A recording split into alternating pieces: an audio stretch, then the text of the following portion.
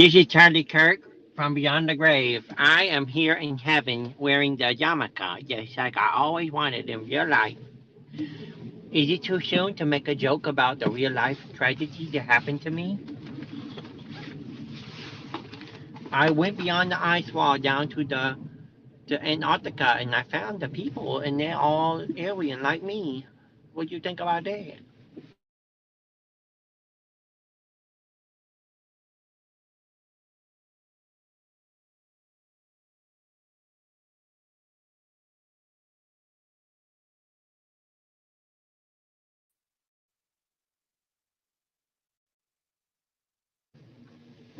Yo. We are live, by the way. Oh, we're live. We're live.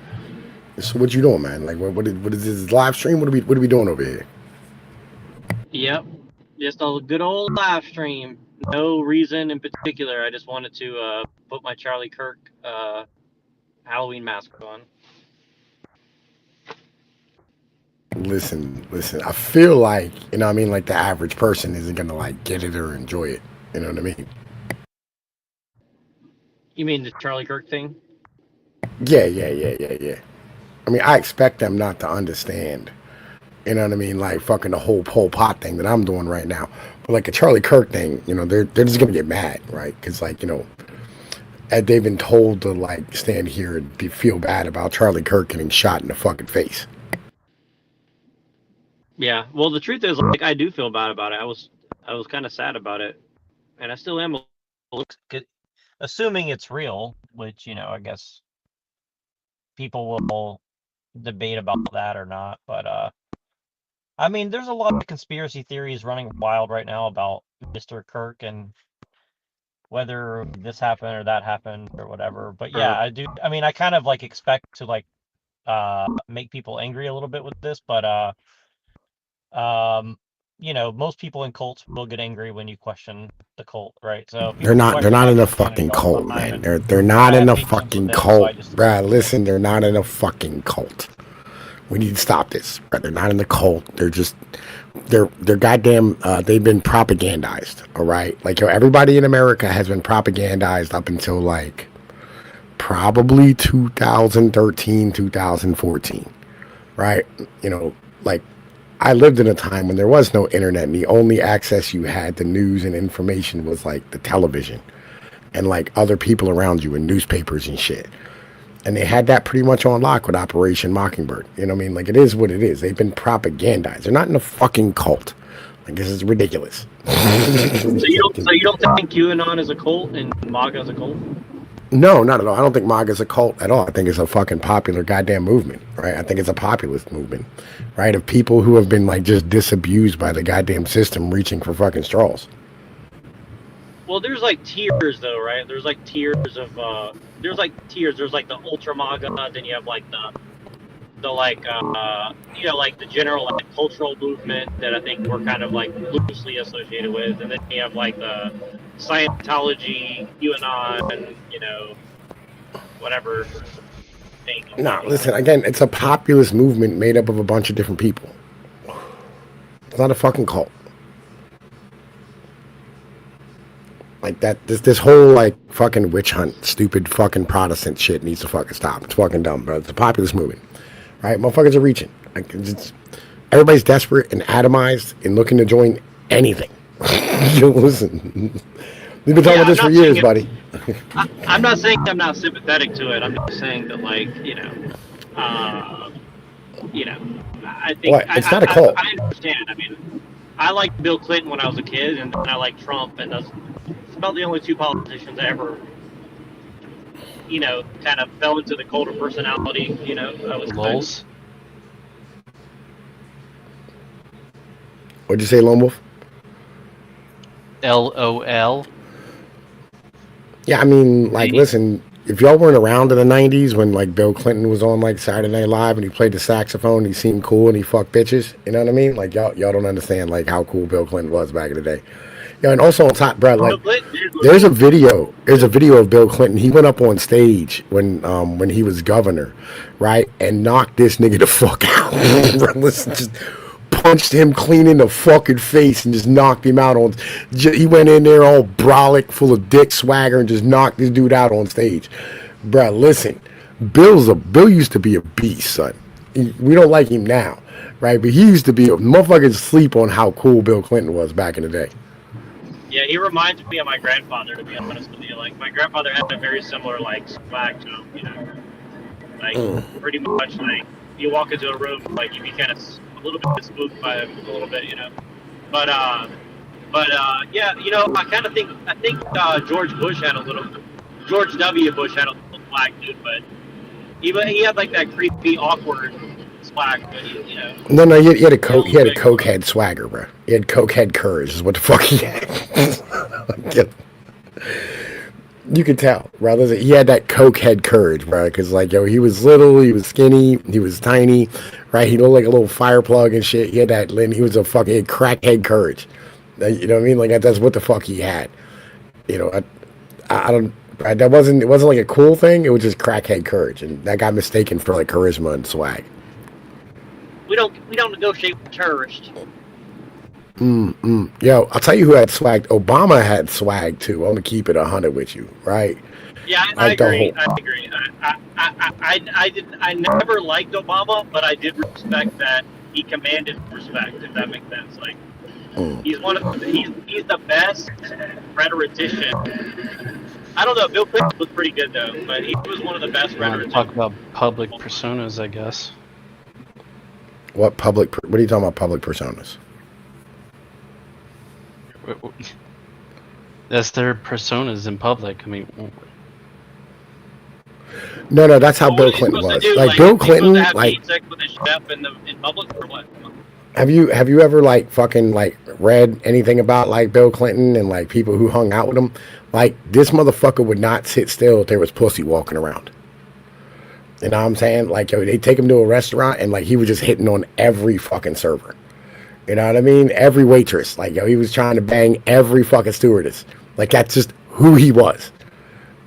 It wasn't a public persona. We liked him because of who he was as a human, right? As a human, like that motherfucker was goddamn cool, right? Obama, same shit. Now, and by the way, Obama, like, let's keep this 100% honest here, right? All the things that they attribute to Obama, like, yo, it's the same shit that you should probably attribute to, like, the people who were running the Biden fucking White House. Because Obama was not in charge. That motherfucker was, like, in his room, polishing his motherfucking Air Jordans and shit. You know what I mean? Playing basketball, smoking, hanging out with the kids and chilling. Like, yo, he hated meeting with people. He met with his fucking his cabinet less times than a president who fucking died like fucking 3 months in the office. Are you saying that he's kind of like the LeBron James of presidencies? No, I mean because like LeBron James actually plays basketball, right? He was a figurehead. Right, and the reason why he was a figurehead is because he was fucking cool, bro. Like, he had that fucking, the cadence and shit. You know what I mean? That whole, like, we'll stand here and clean everything up. Right? That fucking black preacher thing going on, the MLK type of cadence shit that he was doing. Like, yo, he was cool, you know? And he shot and played basketball, right? And he looked like he was just about to fuck niggas up on a regular basis. Remember when somebody said, he lied? And he's like, bro, say some more fucking shit. Like, yo, listen, he was cool. Yeah, I'll be honest. Like, J.D. Vance, like, if he just, like, walk up and knock out somebody, you know what I mean? I might respect him like that, but there's a reason I don't, and it's because he has zero swag whatsoever. Yeah, he looks like a violent serial killer that they made like ready for that. I won't even say that, bro. He looks like a Dungeons and Dragons player. What that nigga look like, bro? He look like a dude who used to get his bike stolen on a regular basis. But you notice he looks a lot different now. Like, I feel like he got some sort of surgery since he became vice president, because he looked a lot more like goofy before. Now he looks all like Al Gore, like looking like got those like reptilian eyes. Dude. Yeah, it's because he stopped wearing mascara. Oh, he grew out of his emo phase, huh? Yeah. He's on that emo phase no more, right? Like, yeah, he ain't wearing eyeliner no more and shit.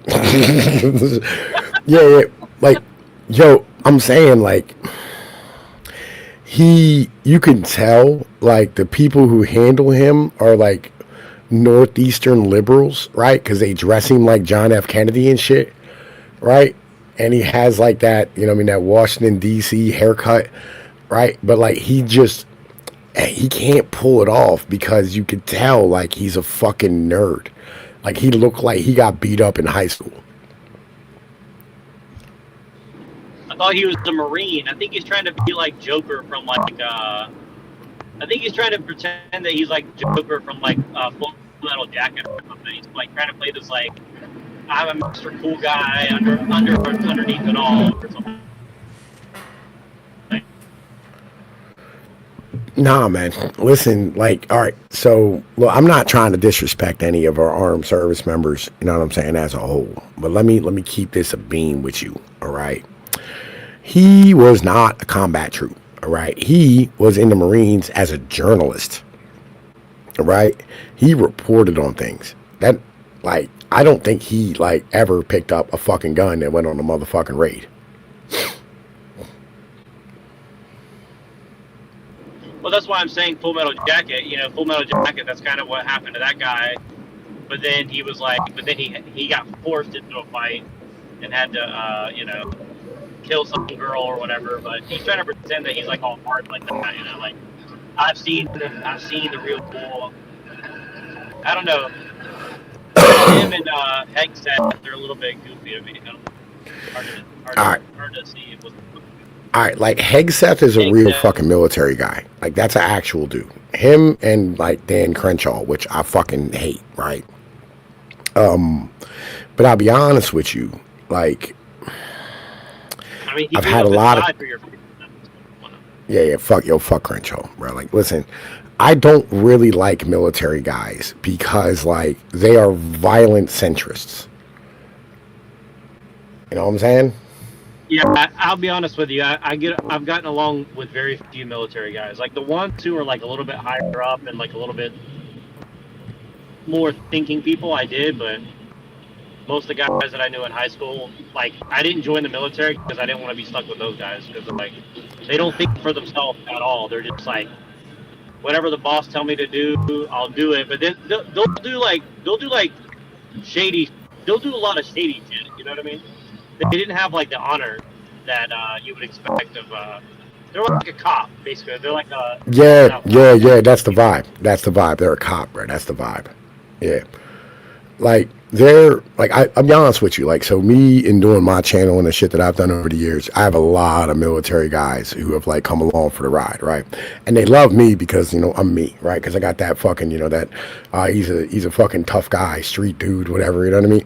They like that, right? And they're like, oh man, listen, Tom P's like yo, he fucking you know he a thoroughbred, all that type of shit. They like that about me, and like I've had and counseled a lot of them, right? You know what I mean? Where like I just sit with them for like hours, and you know what I mean? Like as they're going through their episodes and shit, and their drug episodes and their alcoholism and all that shit, and helping them walk through it. You know what I mean? And like being there for them and like trying to pull them up, all that type of shit. And you know that's my duty, and that's what I'm supposed to do. You know what I mean? And that's my responsibility as a citizen to do that type of shit for our fucking fellow soldiers, so they don't, you know what I mean, sun themselves off and put a gun in their mouth. You know what I mean? But like on the same level, I never liked their politics, right? Like I've gotten into it with a lot of them. I had the one dude, he stood here and he was like, oh, you know what I mean? Like fucking, I went and I served my country. And I'm like, son, I got fucking like 8 kids. Like your point being what? You know what I mean? Like, bro, listen, I should have as much say as you do. Like I got a fucking future here. You don't. You know what I mean? And that's something that you get into when you start talking about like these military guys, bro. Like they think that they got a lot of sweat and blood equity in the idea of continuing like the American system. The liberal, well, really, what that is like because the liberals sign their paycheck at the end of the day, they're very loyal to that. I mean, I hate to say that, but I mean, again, like, look, I'm not saying all military people. Like, I do respect a lot of people, you know, who went that route. I'm just saying, like. I've met a lot that are like, they're like super woke. They're like some of the most woke people I ever met, honestly. Not all, but some. Like some of them. Let me say this, right? they like I just wrote a piece today called "Classical Liberals Are Fucking Disney Adults," right? And that's kind of where it is. Like liberal, and I'm soon gonna like do a live stream on fucking Substack because like I'm gaining some notoriety over there with the guy, and I'm having a debate where I'm gonna debate that like liberalism and classical liberalism is literally leftism. Whether or not you want to admit it or not, it is what it is, right? And like if you support the Constitution and you support like the American way of life and the American experiment, you are a leftist. Like it just is how the fuck it works, because this shit does not work without expansion and like integration and colorblind meritocracy. In the end of the day, you cannot have preferences of like who gets to do what in this country. I feel like if we had just stuck to the monarchist route, which is what most of history was like, monarchy, that would have been way better. Monarchy and strict hierarchy. That's why I like Evola. I like his social views, Evola. His metaphysics, I have some disagreements here and there, but I really like his social views, Evola. He just wants a monarchy and, just strict hierarchy, where lineage is very important. I mean, like, that was the way it was in most traditional culture, Yeah. I like the idea of lineage, right? Like I'm not pro aristocracy type of thing, but like I am pro like having, like you continue your people, right? And on a community level, I think that's very, very important. I personally don't give a shit about the hierarchy when it comes to like fucking bureaucracy and shit. And like, that whole idea of, getting yourself a place inside of the king's court is fucking retarded as far as I'm concerned. I think it's fucking stupid. I see. Well, we agree with the anti-liberal stuff, but I really like that stuff, the king and I like monarchy, you know what I'm saying? That stuff is more in my blood. You know what I mean? Yeah, I mean, I'd prefer like to like have like what you would have in like Italy from probably like the 7th or 8th century forward, which is you just had a whole bunch of like like independent like fucking areas. Now they were ruled over by a king, but like you could never collect tribute, right? Because like everybody's fucking poor, so he never was able to like really do anything with it. It's like you can't get blood from a stone, but he owns the land. He like every once in a while he call on him for soldiers, and that would be about the whole fucking 9 yards of it. Other than that, you just continue down your bloodline and do the shit that you do. I think that's the best way to go. Oh yo, bro, listen, there's 2 fucking neurojacks here. Imposter. Yeah, my bad. Fucking No fucking service over here. Yeah, I noticed, bro. Like every once in a while, it sounds like a devil's trying to come through your microphone. It's like, No service over here in the room, man. Brah. This is a voice mask farting.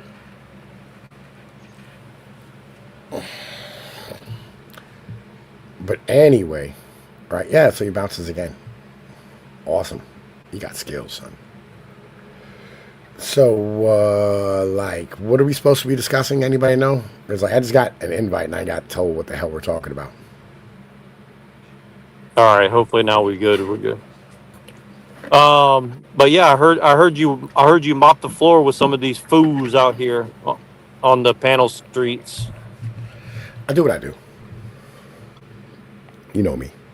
They didn't get the Pol Pot thing, I can tell. No, like liberals don't really study history. Almost worse than that. They don't have a sense of humor, which is even worse. Yeah, I mean, unless you're making fun of somebody who's more powerful than them, then they think it's the funniest thing in the fucking world, Well, isn't that the strange part about liberalism? Is like it's basically like an upside down pyramid that's like anybody above you, you just stare them down until there's like rubble left at the bottom. Well, that's democracy, bruh. Like fucking Plato wrote about this. You know what I mean? Anyone above you, you drag them down into hell, and then at That's the end Plato, of it, son. Have you not read The Republic? the regime 9, mein Führer. Hang on. Sheesh. Hold up, bro. I'll pull it up for you. And I'll read you. The Reich. The Reich.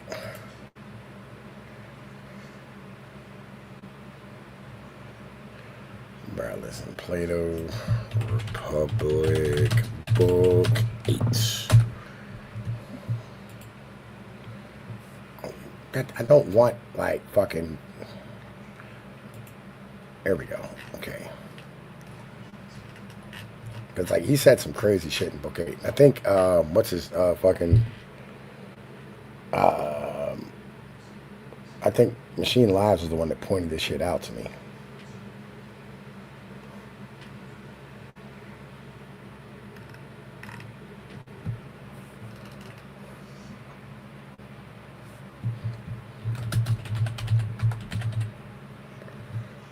Good thing he's here to Yeah, I read this on my show, but yeah, I'm falling asleep. But it is what it is.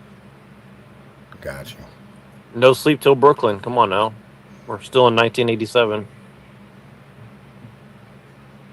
Or 6. I don't know which one. One of those 2 years. Yeah, excess of freedom is nothing more than the excess of slavery. Well, to quote Orwell poorly, the only way to be truly free is to be a slave.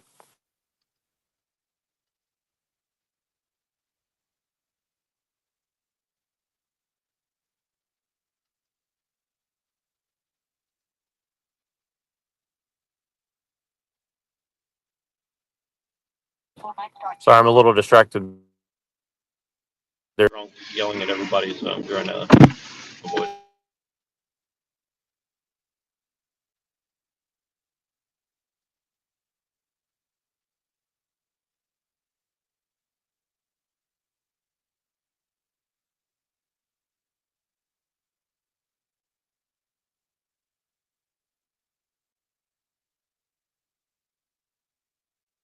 Here it is, her Woolbox.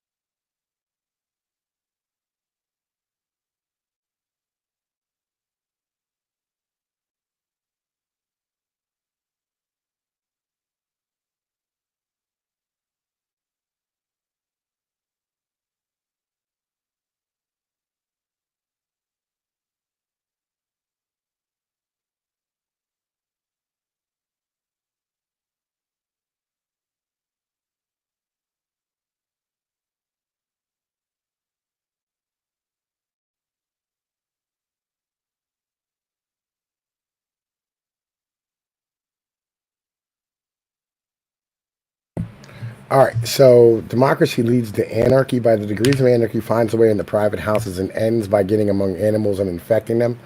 I mean that the father grows accustomed to descend to the level of his sons and to fear them, and the son to the level of his father, he having no respect or reverence for either of his parents, and this is his freedom.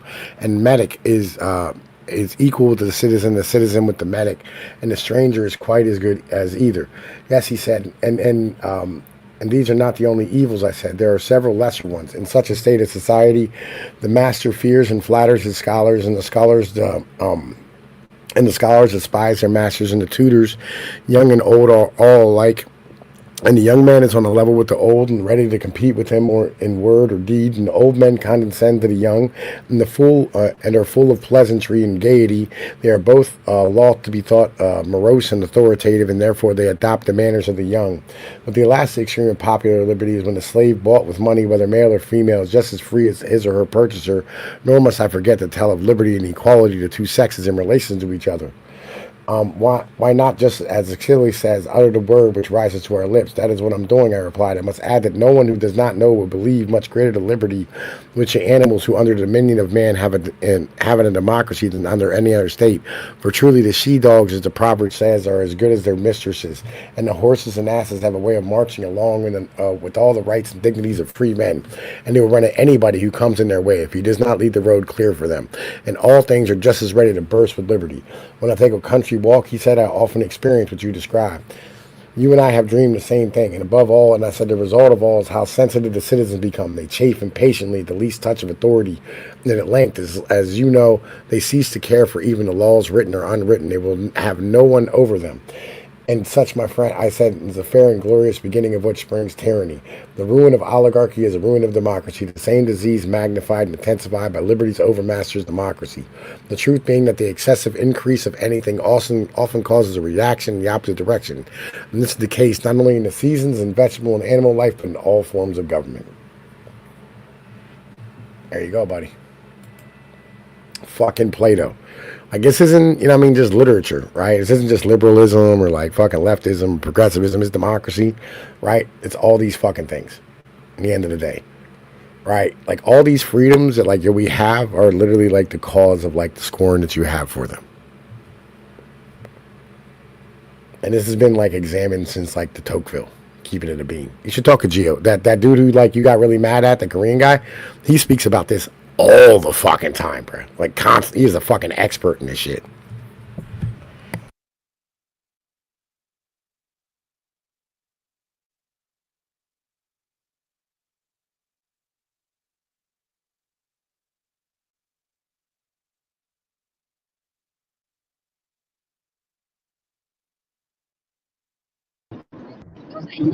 What say you guess?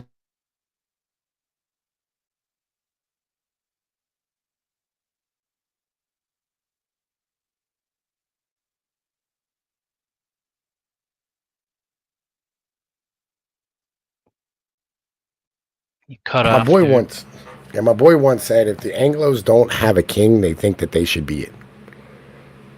And I don't know why that's prevalent to them. It doesn't make any fucking sense.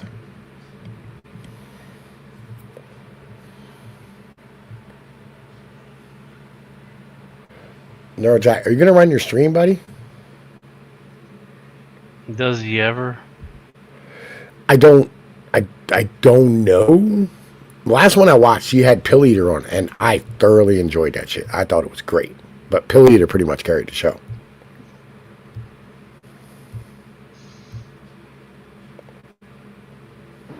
Yeah, I'm driving 80 miles an hour right now, sorry. Why are you driving 80 miles an hour? You're on a live stream. Why would you start a live stream if you had other shit to do? I like to hear you guys explore thoughts and stuff. You didn't set anything to talk about. Slow down on the speed.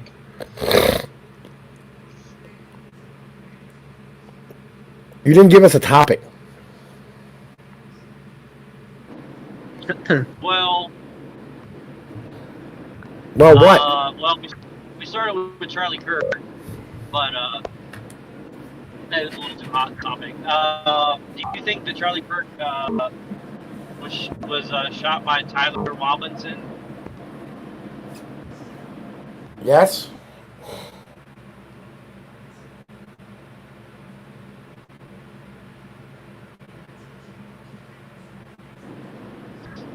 You don't think that there's like a big, large group of people involved in this?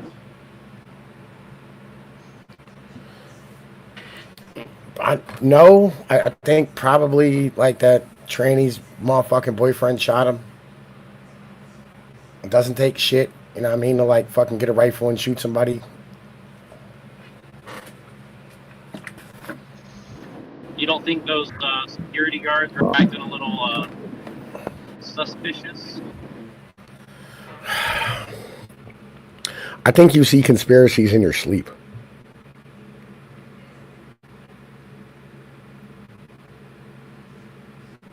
I think you think your government is God. I think that's the problem. Well, I didn't say anything about government, per se. No, no, no, no. I mean, like, you assume that, like, they're the only people who can assassinate motherfuckers, right? It's always got to be a conspiracy when somebody gets shot or some nonsense because, like, they're in control. So do you? Okay, great. So do you think that the World War One was like just some random guy with a grenade in his hand running, screaming? I mean, I feel like he did not get shot with a grenade. I feel like he got hit with like with a rifle. Archduke Franz Ferdinand got hit with a rifle. Right, but there was like other people with grenades and other stuff going on. It wasn't just one guy. It was like a bunch of dudes. I mean, like the start of World War One was the assassination of Archduke Franz Ferdinand, and that was a result of like Britain playing the greatest game against Russia, right? And what I mean, involving the Ottomans and the Turks and like the fucking the Prussians. What about the Black Hand, though? Like, did they play a role, though? Yeah, again, like, literally, Britain was funding every motherfucking goddamn fucking, with the, like, dissident group in, like, fucking Eastern Europe to disrupt fucking Russia. So you're saying whoever signs the checks rules over everybody? No. I'm saying that, like, fucking Britain is fucking terrible. Right, but they had no control over whether or not Archduke Franz Ferdinand was going to get shot by the Black Hand. It was a bunch of right? but it was like but who was the Black Hand? Isn't that a bunch of like Italians and stuff? No, it was a bunch of Czechoslovakians. Okay, so it's a bunch of Czech bros. So, but you're saying. Do you know anything about the start of World War One? Do you know anything about the start of World War One? Well, I'm saying what I'm trying to get to is that you're saying that. No. I mean, like, if you don't know anything about it, dog, like, you should use a different example.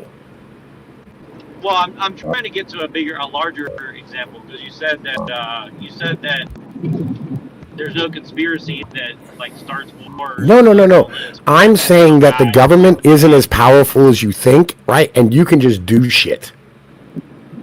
Yeah, but you also just said that like Britain is terrible and they caused World War One. So it's like, okay, so. Yeah. Listen, they did, right? You know, what I mean, they like our position with NATO right now, right, is us copying Britain's position with fucking like Russia back in the day. It was like a policy of surrounding it, right?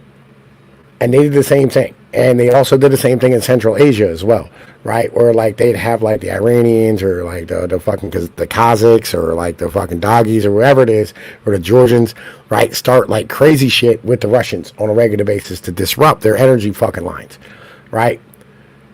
And like, literally, like, Germany is, trying to play like politics with Eastern Europe because like they're like the key to Central Europe, like Pennsylvania compared to like the North and South, right, of America. Same type of thing, right? That's why like PA is full of Germans, right? Same fucking place, right? In the same type of context.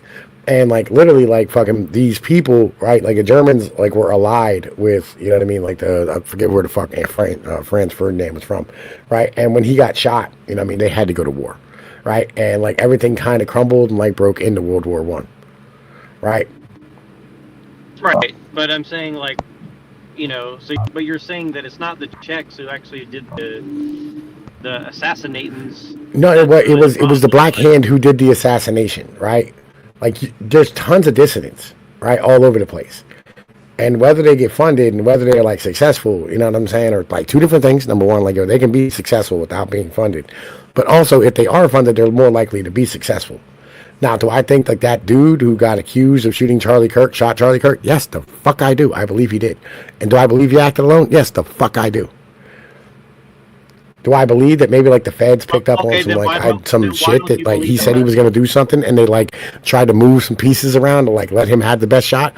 Probably. Did he didn't know anything about it? Probably not. So what about that dude Sirhan or whoever who shot the Sirhan, who was MK Ultra and shit. Right. So why would you think that that's a real thing for that guy, but not for this dude? I mean, I don't know if he was MK Ultra or not. That's what he claims.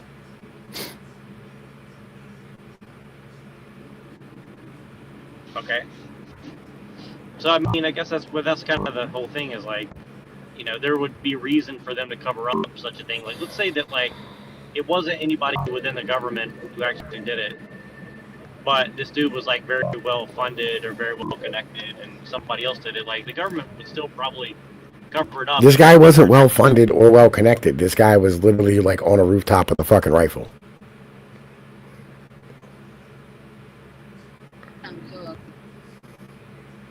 Well, some other people involved might have been the.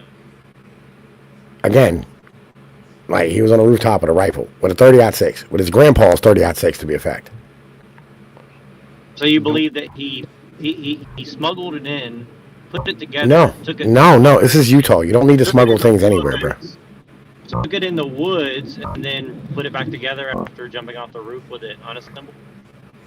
Why do you think he put it back together, bro? He didn't break it apart. He shot the motherfucker, took the rifle, ditched it in the fucking woods, and bounced.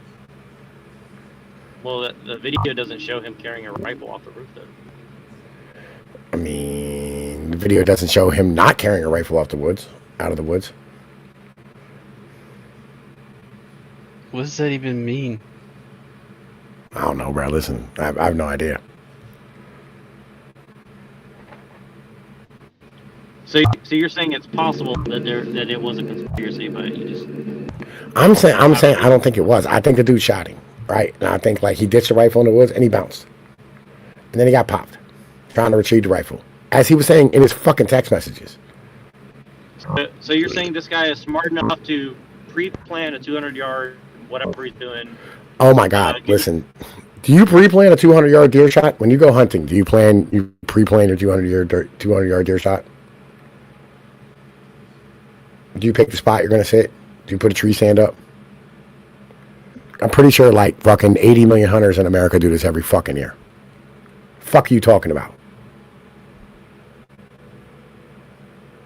This does not require high IQ, son. Well, I know, but you think this guy's an idiot, essentially? No.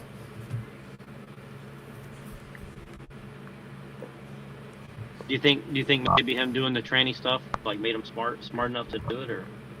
No. I mean, like, listen, I think, he was a Utah-born white kid, right? Who are some of the smartest human beings in America.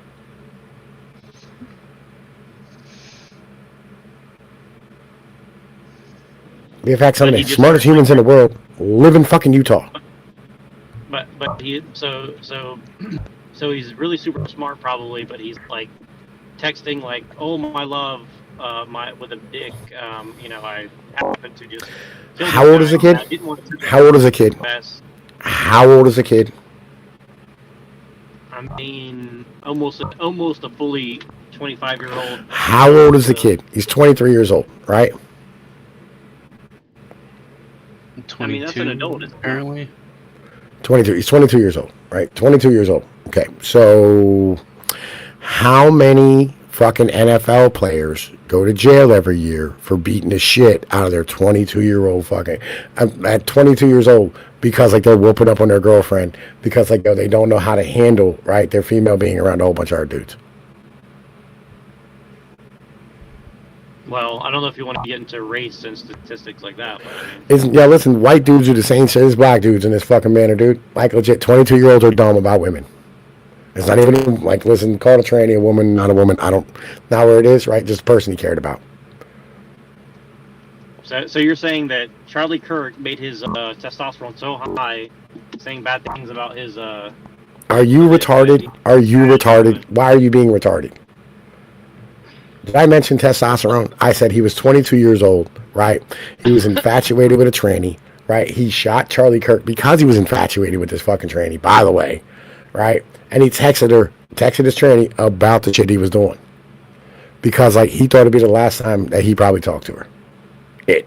Talk to it.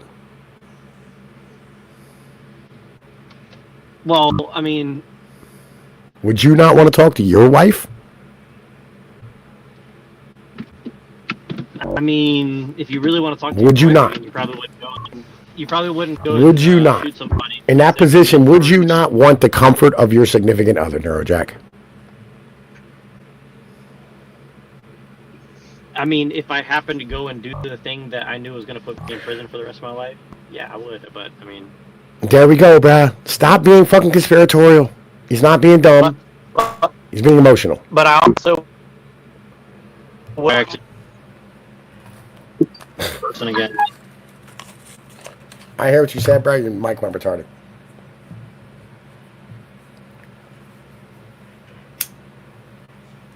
And he's gone. There we go. Lone Wolf, do you get what I'm saying? I see what you're saying. I mean, I feel like I'm not speaking no bullshit. Well, of course that's how you feel. I'm like, who would tell you how you feel anyway? Yeah, I feel you. Right? I agree. I'm saying. Right? Like, it makes perfect sense in the end of the day. Dude's infatuated with a female. You hear somebody talking bad about the female. He shoots a fucking dude.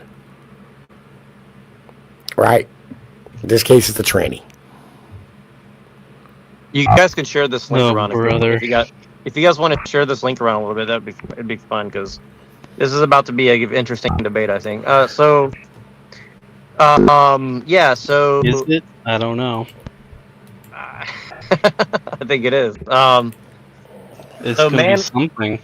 So man who be with chick with dick, he feel angry because man say bad thing about chick with dick. So he get gun and sit on roof and shoot gun at Kirk. I mean, This is emotional logic. is emotional. I mean, okay. So So are you saying that Luigi was emotional, or was Luigi doing it because he had a rebel with a cause? I mean, I don't know why Luigi did what he did, right? Keep it in the beam. I mean, listen, I'm not in Luigi's brain, right? Luigi, I don't know. I don't know about Luigi. I mean, but it's a similar situation where it's like, it's political, it's, it's personal, it's, you know what I mean? It's like, I'm not saying it's like exactly 1-to-1, but, there's like some overlap around there, somewhere in that area. It's like, No, I don't. Like Luigi fucking like shot a motherfucking like CEO, right, with a ghost gun, right, in New York City in broad daylight, right, then ran off and tried to get away with it, right. Luigi wasn't like doing this because like he was in love with some female or whatever, right, or he might have been. I don't fucking know, to be honest with you, but I know like Luigi was upset with this dude and he clapped him, right. This is a white kid from like Utah, from the suburbs, whose dad had a $600,000 fucking house, whose mom was a social worker. Let's keep it a bean here, all right? This is a different type of dude. Luigi, of course, was an upscale individual too, but he's from Baltimore. These are different people.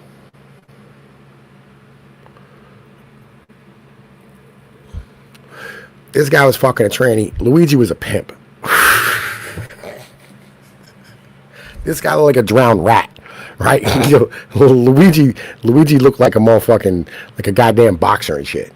Two different humans.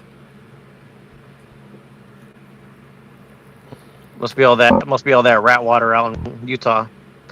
No, I mean, like, you listen again. He literally lived in like the headquarters of like the CIA's recruiting grounds, right?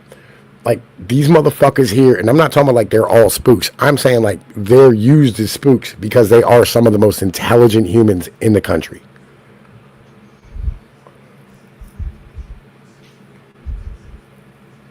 Well, they're also, they also have like a very strange relationship with like, secret organizations and like, bankers and stuff like that. I mean, but yeah, I mean, I Oh get my you. fucking I mean, god, you're not bro! wrong. Listen, you know, what I mean, it's again, it's because they're really smart. Most of them learn languages very, very quickly, right? These are things that, like, when you start like reading into it, The Mormons don't have strange relationship with bankers and blah, blah, blah. They have their own belief systems and their own structures that allow their fucking community to stay cohesive and at the same time be very profitable. It's not difficult to understand. Well, I mean, but if that's upholding the liberal system, which they definitely are, I mean, isn't that a bad thing? I mean, I think it's a bad thing, personally. Me, personally, right? But so wipe out all the Mormons then, right? I mean, let them whole pot them, right? I mean, listen, I think they should have their own country, personally. That's where I'm at. But it's whatever. The Mormons are not dumb, right? They're not like they do have their own country. They have the United States that they share with like the Jews, the Freemasons, and the who else? Again, they don't see. This is the fucking problem, bro. Like, listen, the Freemasons ain't running shit. All right. Like, the people who are running things are literally like the motherfucking corporations and the goddamn fucking stockholders and like long-term Anglo interests. They will jettison the Jews at the first sign that they fucking need to get the fuck rid of them, which is what they're doing right now. Well, we've been waiting for 1,000 years and it hasn't happened yet. So I mean, I guess literally, it ain't been 1,000 years since y'all jettisoned them the first time. So when was that? It's been 111 countries now, allegedly. Yeah, literally, like y'all just jettisoned them out of the South in 1865. Well, my best friend in the South was a Jew, so I mean, I don't know. When I was like 7 years old, so I guess we didn't do a good job.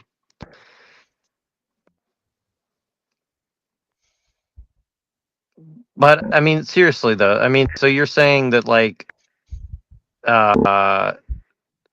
when did we get rid of them? Less than 1,000 years ago? Exactly. You say 1865. All right, so 1290, y'all kicked them out of England, right, and then brought them back in 1656 with William of Orange. Right. When those damn Netherland people came and get involved in our shit. That's right. You don't find that a little suspicious, you know? Like, you don't like the Protestants, but that's the Protestants doing all that, right? I think that there is an element of the occult involved in all of this. Why is the British royal family so much in the occult? Same with the Jews or whatever. Maybe the occult has some truth to it. Well, Pinoy doesn't believe in the occult, so let's not. We don't. Right. Yeah, I think people are just in power, like just as a whole. And the occult just means hidden. Like, listen, they know shit the rest of us don't know. You would expect them to. They're fucking royalty. Listen.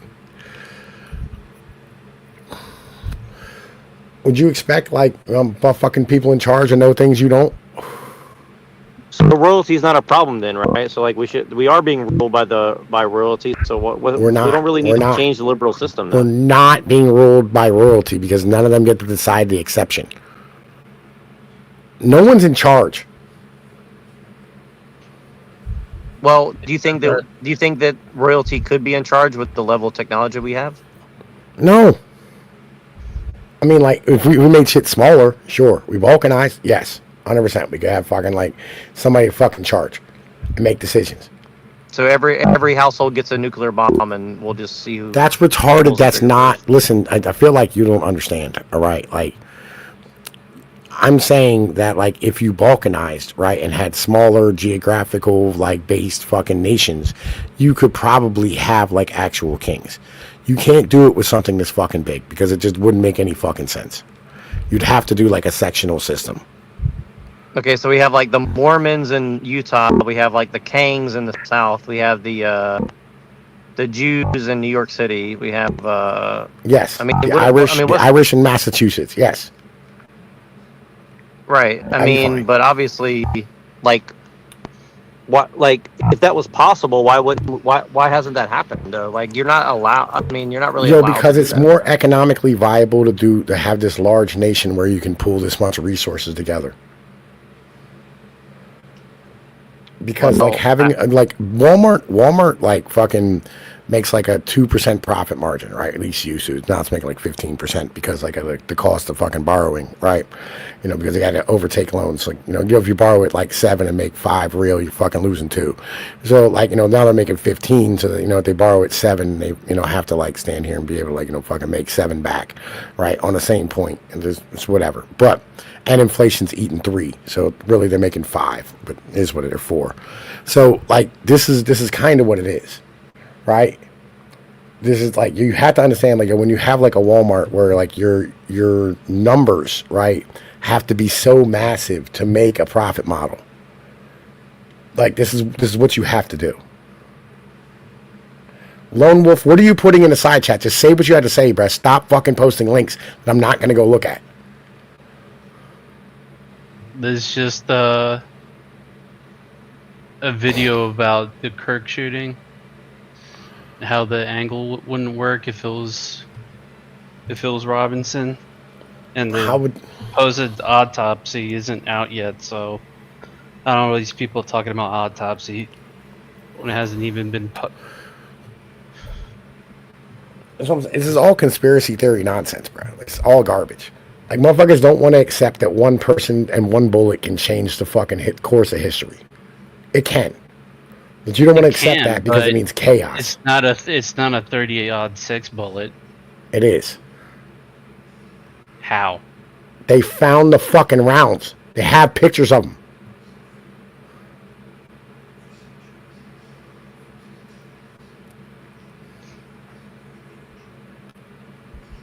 Whatever. You know, 30-06 can reach 500, 600 yards. I mean, I saw a video of Charlie Manson eating pizza earlier today on YouTube Shorts. So. I don't care, bro. Listen, again, they have pictures of the fucking joints. He wrote nonsense on the bullets. Or on the casings. Yeah, real smart. Yeah, it's a copycat thing. Oh, it's very hard to tell what's true or Shit false. I've ever heard in my life. You know what I mean? Like, let me tell you this. You know, I was researching a lot. And practically every conspiracy we were told about 10 years ago is pretty much true now. You believe that, like, technology-wise. You know, it has to have been predicted programming, because either 5 or 10 years ago I was reading about directed energy weapons, and it was claimed it was a conspiracy, baseless conspiracy. Now they're talking about it like it's always been there or something. Now they acknowledge it. And there's other stuff too, like carbon quantum dots. You know what I mean? Those are like literal nanobots that can go through the blood-brain barrier. And it can alter your brain chemistry. You believe that?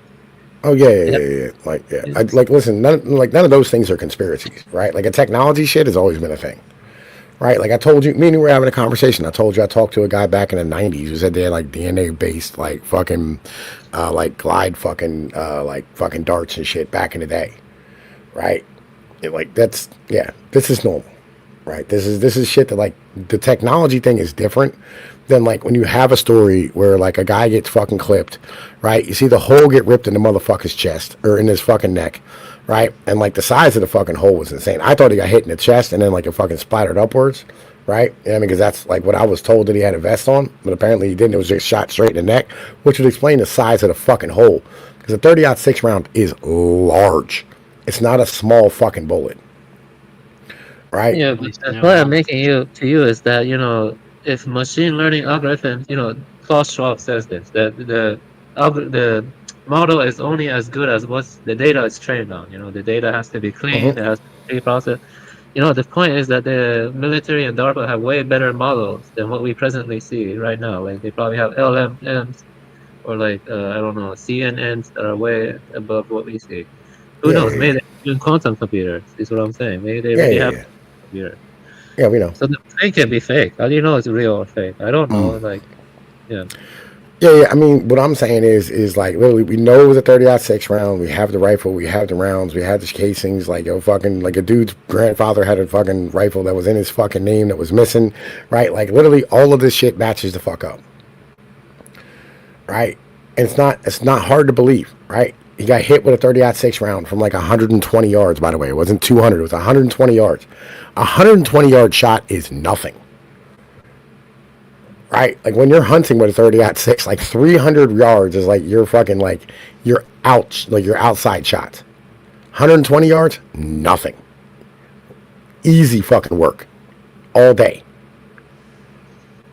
To be honest, I don't know. Like, it's not that important. Like politically speaking, but I don't think that will like start World War One. I think World War One was started when that one guy was assassinated, right? Archduke Franz Ferdinand. Yes, he was assassinated. Yeah. That's what started World War One. But I don't think this is that significant about. Oh, I agree, but like we're on this conversation at the moment. It's a topic Yeah. that like they chose.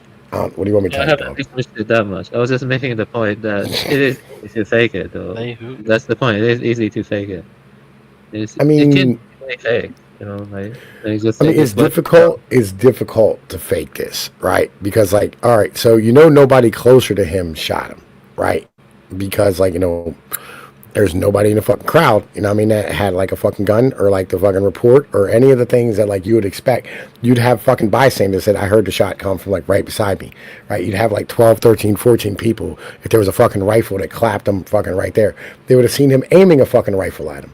With a handgun, again, your outside shots like what, 20, 30 yards top end, right? And with the angle, it wouldn't fucking work because you'd hit somebody the fuck else.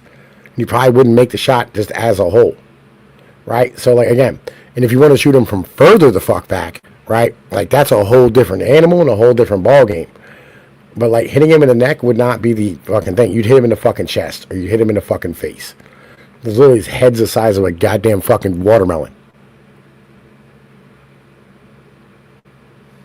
Let me see. I mean, what you're saying is true, of course. But what I'm saying is that, like if their technology really is that advanced, they could like just engineer the whole thing and say, "Hey, these are the weapons." Or I don't even know if Charlie Kirk even existed. I never saw him. Yo, man, listen, he was a op, right? He was a op, right? Yeah, I feel you. He was an AI. But like, yeah, man, listen, again, like this isn't a conspiracy, bro. This isn't some crazy shit. It's just literally like a guy got fucking shot, man. This is how it works sometimes. Yeah. Guy got shot by another guy who he felt was a threat to the person who he loved. And the leftists aren't having marching orders anymore because like they took away their fucking head. You're gonna have like some of this shit happen. You're gonna have stragglers who aren't getting like the marching orders. I posted some shit. Neurojack, remember that thing I put in your thing or I sent to you? No, which one? The one where like they were asking for money to pay for like the protesters who were going out for another No King's Day. Well, yeah, exactly. Yeah. Right. Yeah, listen, see these guys are so fucking disorganized that like back in the day we didn't hear shit about the fucking first one. We didn't hear shit about any of these protests being funded, right? But now like I'm getting motherfucking people sending me their fucking screenshots and the fucking links to their fucking text messages that they're getting from these people. Asking for fucking funding.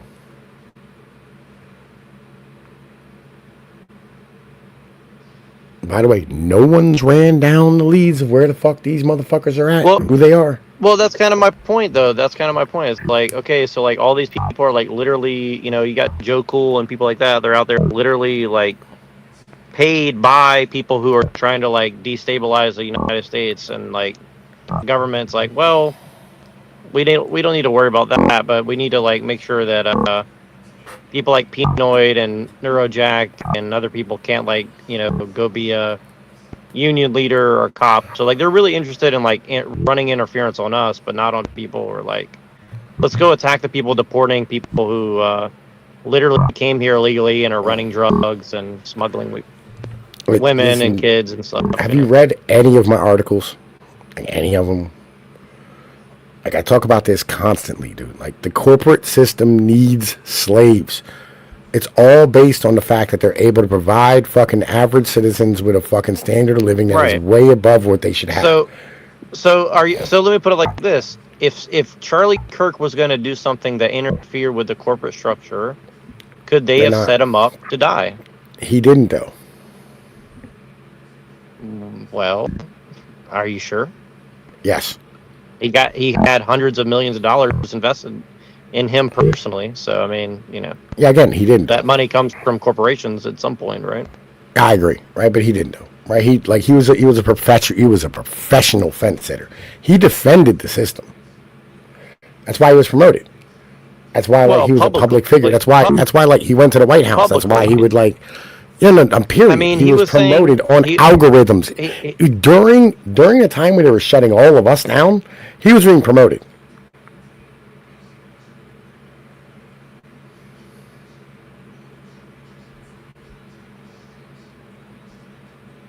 Sure, but I mean, he started sounding like Nick Fuentes the last couple of days before he died. So, you know.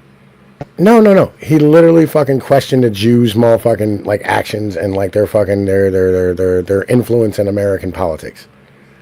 That does not interfere with their shit. Everyone does this now. They're not shooting people to shut them the fuck up. If they were going to shoot somebody, they'd shoot Nick. They'd shoot Dave. They'd shoot Rogan. They'd shoot any of these fucking guys, right, who had promoted this shit. And they didn't. They shot Charlie Kirk. Why did Charlie Kirk get shot? Because Charlie Kirk was talking shit about trans people. And one of the trainee's boyfriends hopped on a fucking roof, aimed a rifle at him, and shot him in the face or in the neck. Nothing more. Why is it so complicated?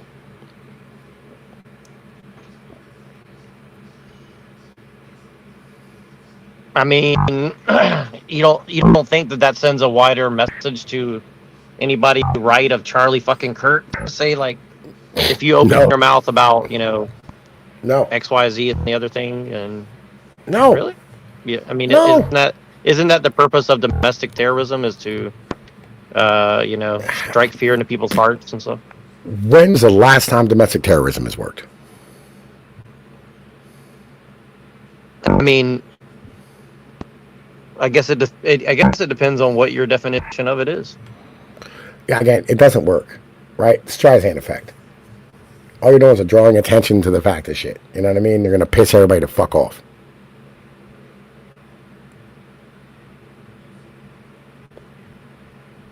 Did you know that Franz Ferdinand was shot in the neck?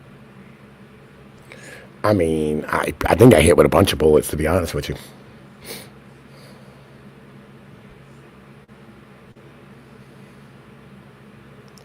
You know the guy that shot him? Motherfucking like, died in motherfucking prison of like hypothermia?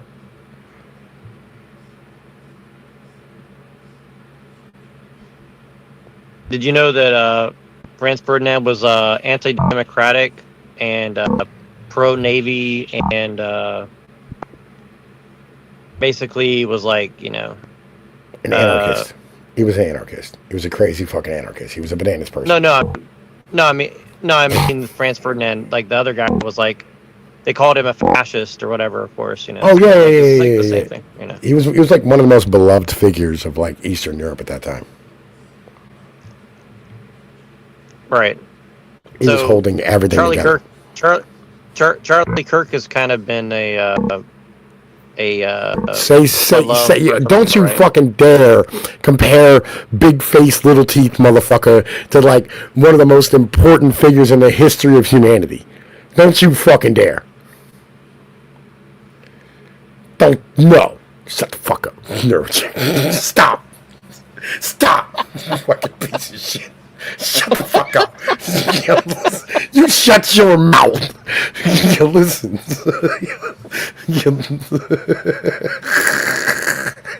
Listen, it's like comparing like fucking Biggie Smalls to Frederick Douglass. Shut the fuck up. Like, listen. The fuck. Well, I'll tell you this. I never saw a lady dance to Frederick Douglass anytime. I mean, at that time, you might have seen a lady dance for Frederick Douglass. You know what I mean? But like, shit. Goddamn. Unseen, what do you think? Is Charlie Kirk the Franz Ferdinand of our generation? I will stab you. I swear to God. Listen, I will come out there to California, right, and I'm going to fucking unleash a bunch of Mexicans on you. Just stop being retarded. Franz Ferdinand, dude. Who is that? I don't even know who that is. Yes, you do. You're not dumb. Oh, my gosh. You're not dumb. Well, I mean, I don't know everything, man. I'll Google him. What was his name? You are not dumb. He's the guy. You better stop. You better stop. He's the guy who got shot to start World War One. Oh by the yeah, Black see, Hand. shit, I haven't got there yet. I'm still stuck on the Russian Revolution right now.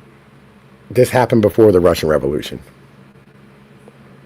Well, okay then. And it led directly to the Russian Revolution. Did it? Yeah, because it started World War One. Okay, yeah. Destabilized the region, all that type of shit. Okay, so what was his deal? Who was he with?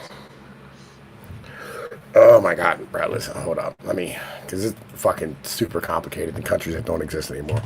He was repping the set. Wikipedia would say that the assassination, along with the arms race, nationalism, imperialism, militarism of Imperial Germany, and the alliance system, all contributed to the origins of World War One, which began a month after Austria-Hungary's declaration of war on Serbia. I don't know.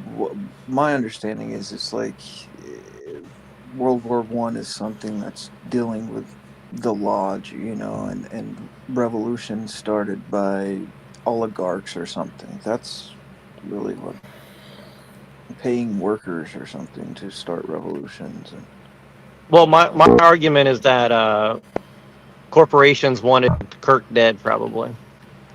oh well, I mean, it's a good selling point for the product,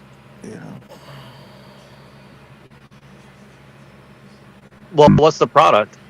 The product is, MAGA conservatism, versus Antifa leftism or something like that. And it's like, it further divides the nation. It traps people into these dialectics where they're picking a side. And, it's also, I think it was probably a distraction a lot of ways for material that was coming out at that time.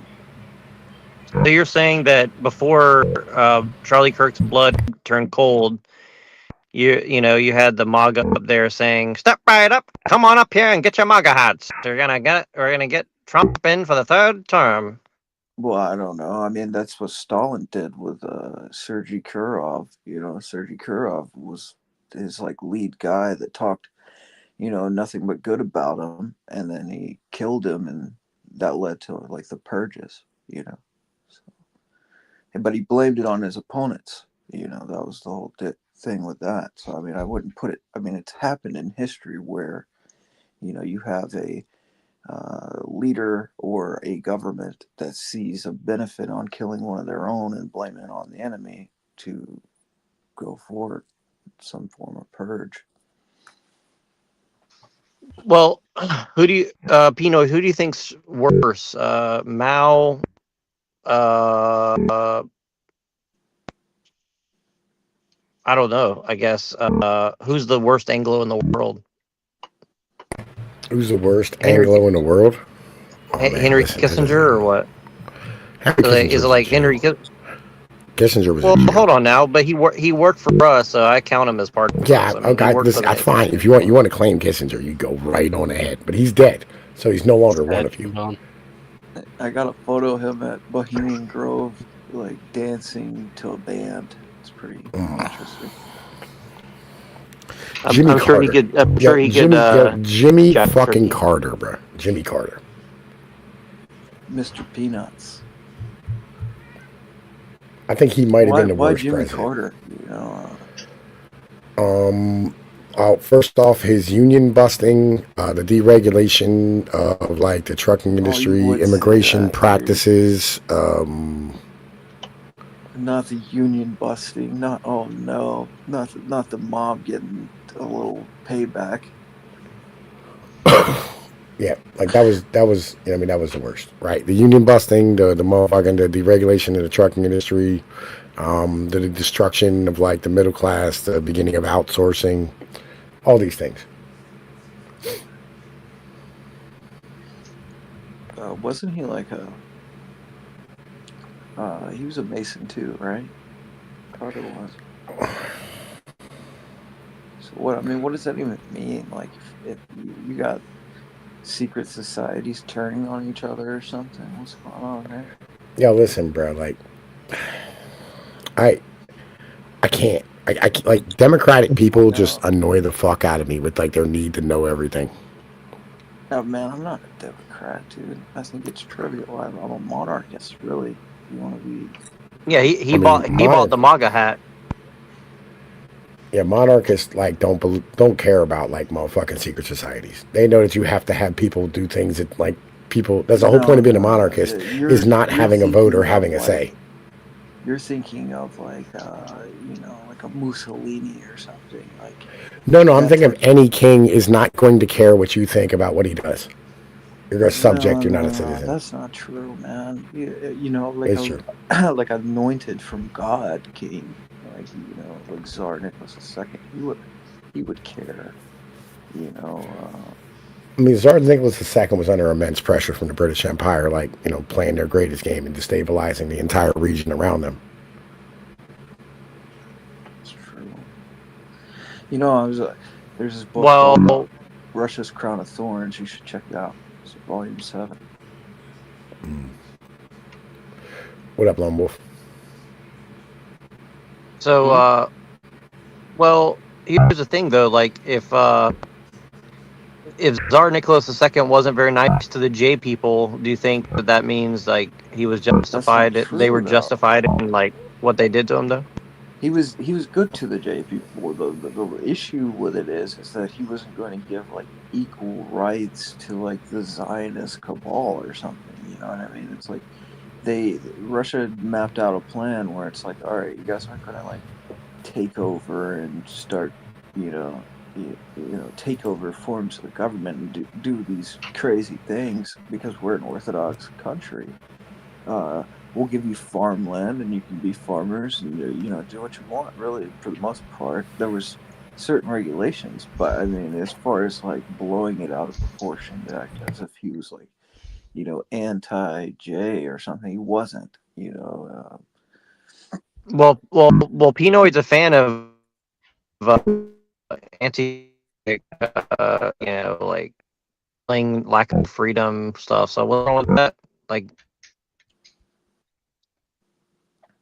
In reality, they were more negative towards him. If anybody could, they as far as I know, Rothschild meets him in Dunkirk, 1901. He tells him like, we want equal rights for the Jays in Russia, and he tells him no. That in a short time period, that the Russian people would quickly fall into the hands of the cabal, which is exactly what happened. The provisional government there, they sold out the czar, and then you had you know Germany sending Lenin in a sealed train cart to start the Bolshevik Revolution, and then you have them take over the provisional government. So he wasn't wrong, you know.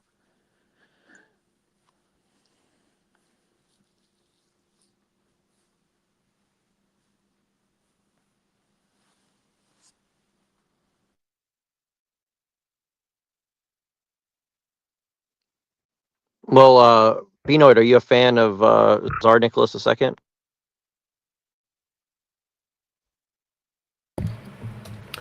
I mean, like, I don't know. I think he was a weak leader, to be honest with you. Right? Like, this is what it is. You can't be a strong leader and then end up having your country get like fucking Well, destroyed. Well, well, give me an the example of a reality strong was leader in the last 500 years. the reality was Putin's not he bad. was a strong leader. They were winning the war against Germany, like pretty decisively. But once the provisional government took him out, they were thinking like, oh, like in a month's time, we'll just win the war and then we'll have control of the whole country. They were traitors, to the Russian people and to the Tsar. And you had all these Masons that were, big in the media at that time. They were sending out all these pamphlets calling him a terrible leader. And even to this day in America, like the History Channel will tell you that Tsar Nicholas was a terrible leader. and that he did this Bloody Sunday stuff. But that was like there was a priest that was a part of the revolutionaries, getting paid off by the revolutionaries to rally the people behind this cause to try to get the Tsarist government to kill them, to justify some form of revolution in 1905. But what's crazy about that is, you know, the Soviets killed more people within a month than he did his entire term as czar. So Goddamn, man! Listen, this post went bananas. It's got like 1,000 views on this motherfucker already. Well, you said that Putin's a good, strong leader, but like, who's rubbing his knob at night? I don't know. Probably some little Russian biddy. I don't know. Putin.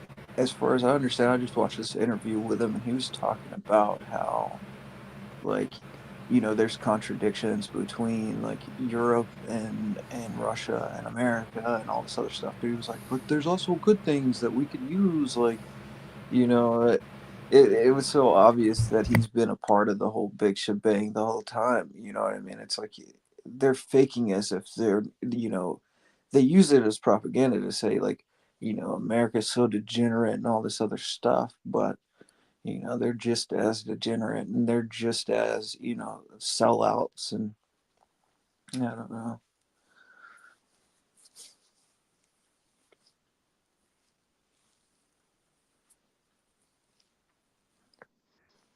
Do you think that do you think that there's any price that you could put on selling your own people out, Pinoy?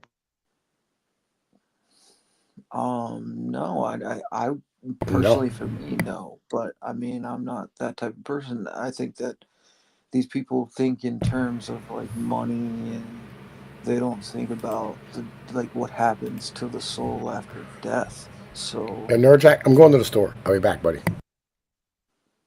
I think that's what leads them into these type of ideas, and I as far as I understand, like you had things like we got like the trilateral commission and different things like that that are actually the pieces that are moving everything. The Yeah. on a worldwide scale. Like this isn't just like one country. Like they're all kind of like doing business deals and um, selling each other out, and using war as a racket, and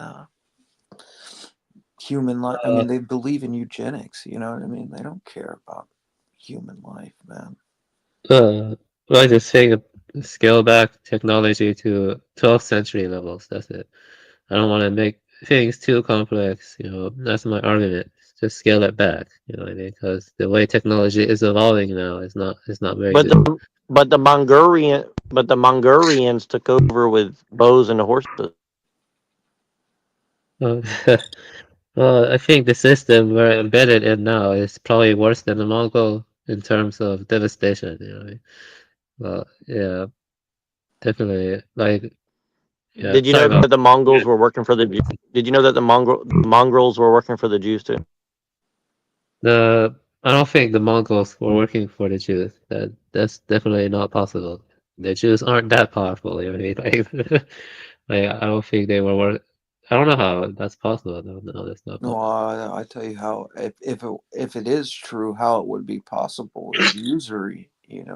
Like you'd No, be surprised how They were much working money they for can the. make. They were working for the That doesn't make sense. Like, Venetian. They were working for the live on Venetians, though. steppe. They were working for the Venetians. Is that The They true? were Mongols? They were laundering silver and gold in scams all over Eurasia. Essentially, that's that's how the Mongols got paid. No, So they no. come Tell me in, this: yeah. who were the Venetians? I don't know much about that. It's Well, like black I'm community. assuming they're Jews because they were running usury. Wait, no, Okay. no. You don't know about the black nobility on scene? Like, the Pallavicini family, I the mean, yeah, I Diobandi. mean, I know stuff about it, but I mean, I'll be the first to admit, like, I don't keep everything in my head. You know what I mean? I have things It's written a lot to down. keep track of. I mean, I just know on surface level, but the Diobandis and I think they So call the so were they Pallavicini. so were they Jewish or not? The No, Venetian. uh, they're just Italians. Like they're not really. Italians and Ashkenazi are racially close. The Ashkenazi aren't real Jews. They're just like Well, some. the Jews were living in Rome back in like Jesus's day, so they've been around for a while. You know what I mean?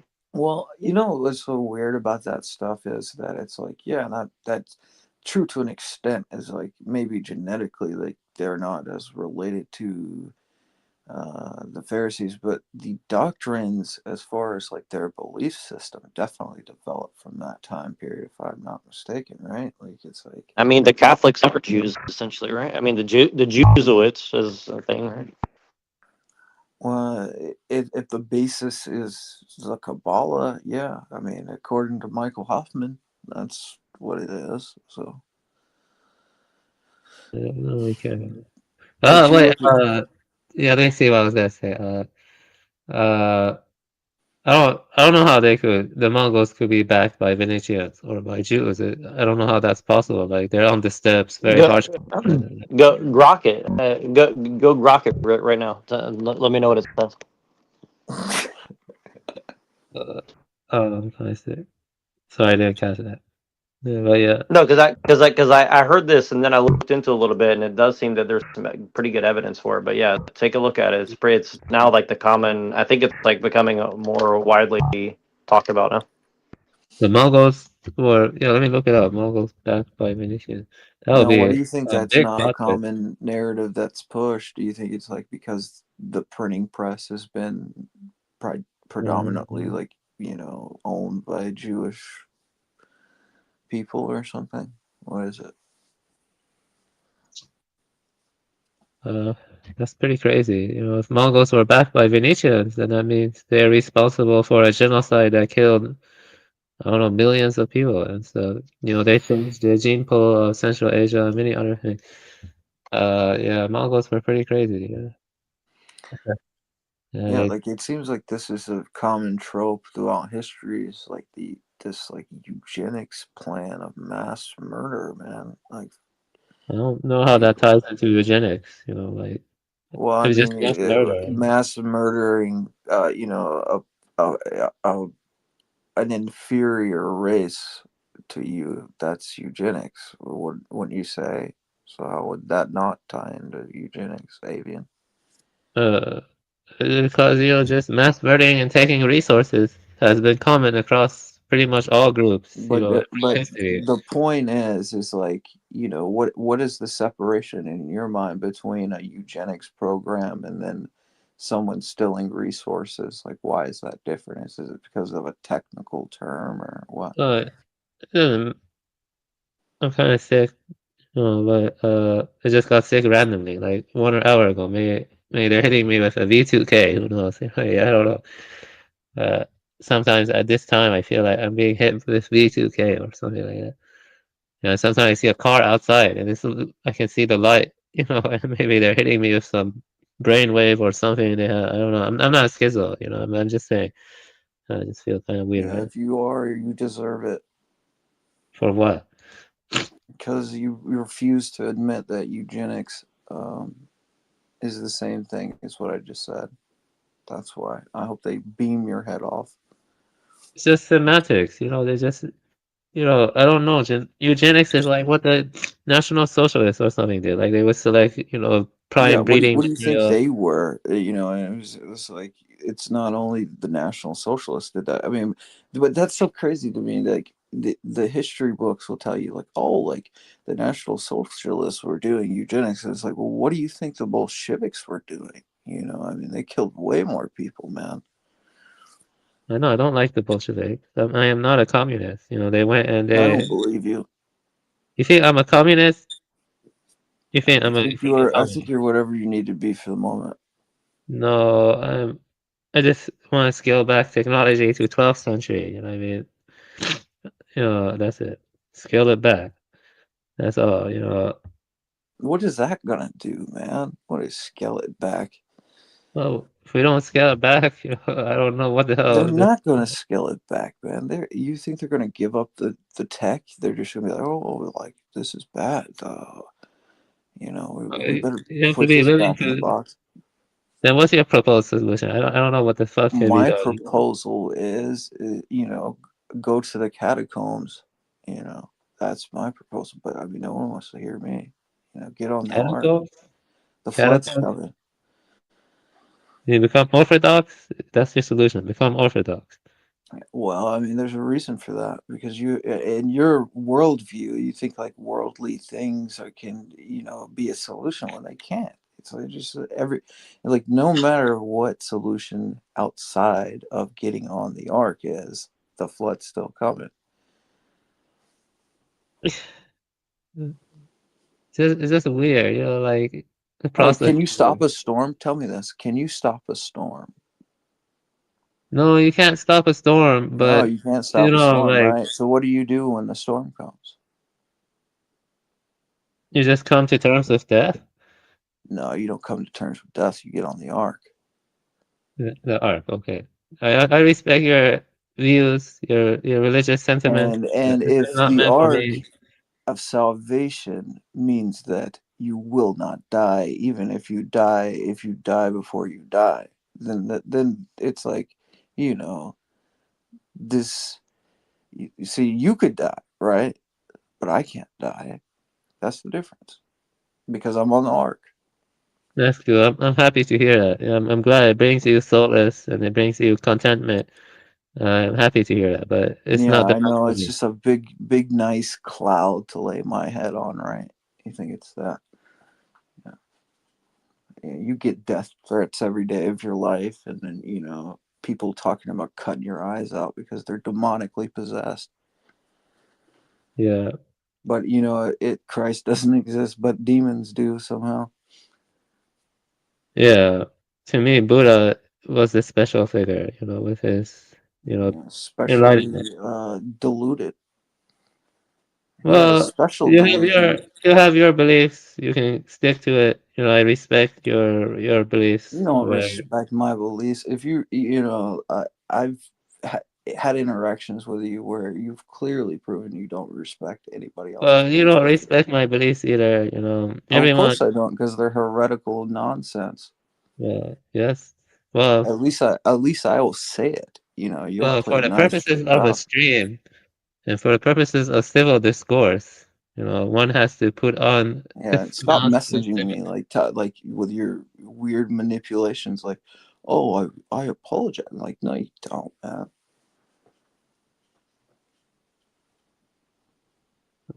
I do apologize, but I don't I'm not going accept it. to convert to your path. That's kind of ridiculous, though. I mean, that means you're You technically talking to threaten my like, life, man. You threaten my life. Do you think I'm gonna forgive you for that, man? Do you think I'm stupid? uh, well, it was just outburst because I Yeah, was very work pissed on it, at that man. point, and I was kind of drunk, because I was pissed and drunk, and Yeah, I wonder why. What made you so mad? Wouldn't be a manifestation of the demonic, would it? no, it's just when Oh, people that like couldn't be it. randomly attack my That couldn't be accent, it. my calling me a Oh non-binary no, actor. I attacked your exit after what? After what? Your timeline's off, man. Put it in place. But well, now it's not a good time. I was hoping Stop to, playing with me. Y'all need to stop playing with me, man. I'm telling you, like, I'm not like this, like a little Protestant Christian you can like walk over or whatever, dude. I will smoke you every time, dude. I'm gonna smoke you, bro. Don't play over with me. what?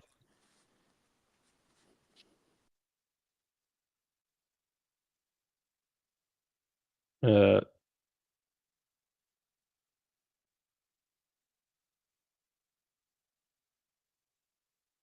yeah, I was just sneezing, and I got kind of cold. Oh, that was kind of creepy. What happened? She's just kind of pissed off at me because of a lot of drama, and I was trying to, put an end to it, by personally, privately apologizing to him, and then he just tried to convert me to orthodoxy, and um, which is weird, and I was trying to do it What happened privately. exactly? I only called the tail end of that, or something smoking something.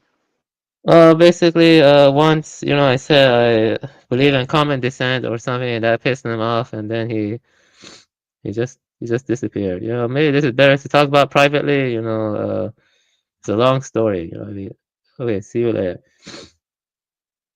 Okay, I guess I'm alone now. Yeah, you just keep going in and out, Jack. Yeah, sorry, Maybe, I don't know what's going on with my shit. maybe it's better Right. to talk about privately and stuff. Like I've been trying to, fix the issue. I got kind of pissed him off.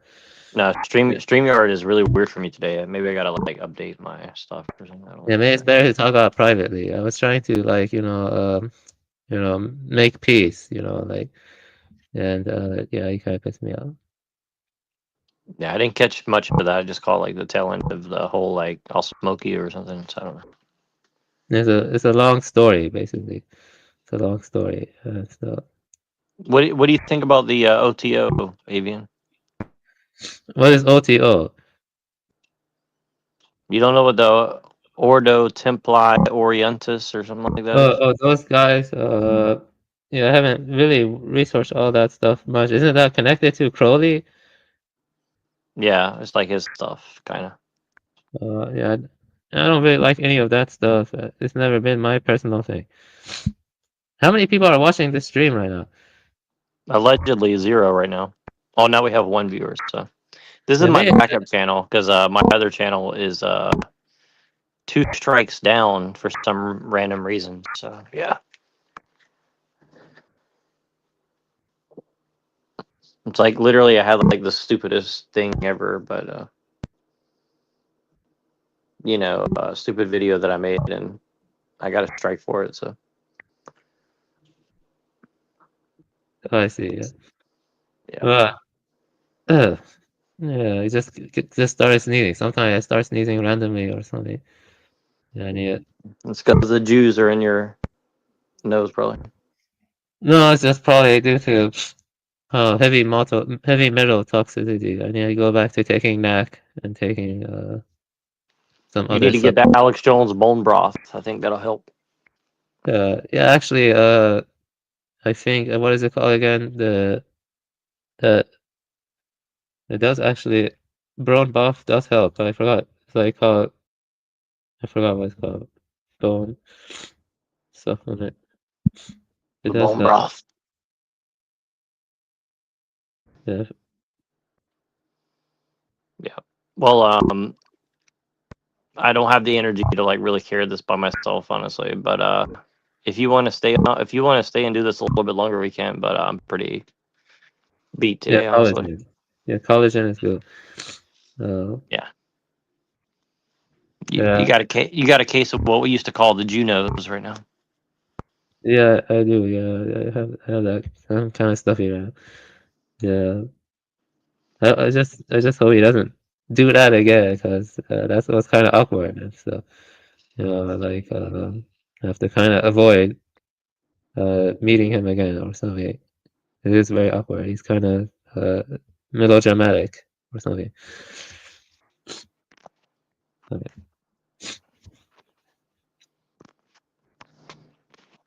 Do you think that Twilight is also? No, he's better. He doesn't seek conflict or instigate stuff. I respect But him more. he likes Crowley and stuff. So I mean, that's okay, but he doesn't go around like, pushing it onto people the way he was just trying to push, orthodoxy onto me, and he respects people's personal space. He's also more intelligent, I think so. I think something about Unseen disturbs me, and so, something about him. I did kind of poke a nest with my anger towards him before, but he did kind of instigate it, because I was minding my own business, and then he came out of nowhere to insult me and then ran off, and so that caused me to get very angry. He said I sound like a non-binary hamster after weeks of not arguing, and then he just comes out over and do that. I don't sound like a non-binary hamster. Or whatever, yeah, but yeah. Do you think? But you don't have a problem with non-binary people, right? Uh, uh, you know, there's different levels to things. You know what I mean? Like, Can you admit that some women have dicks? can I admit what?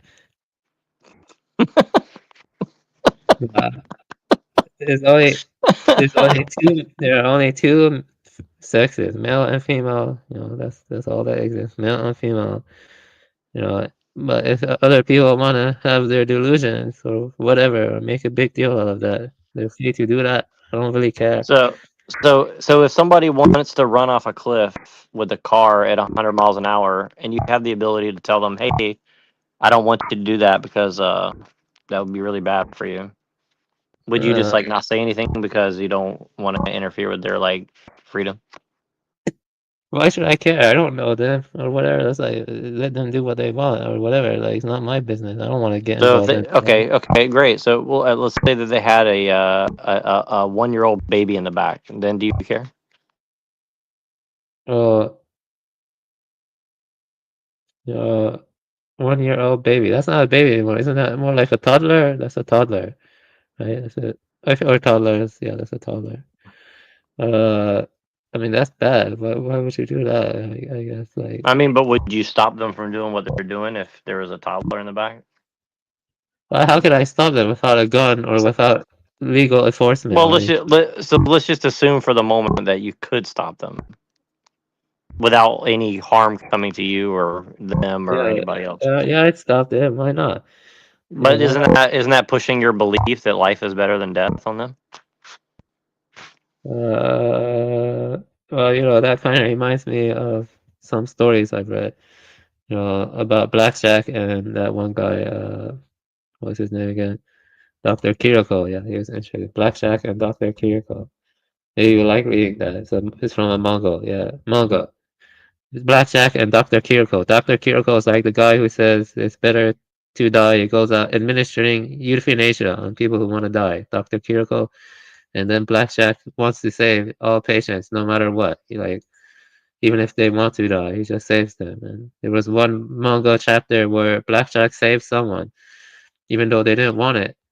And they were happy once they were saved, even though they want it. But the next day they died in a horrible car accident or something. And Dr. Kiriko came and mocked Blackjack over that.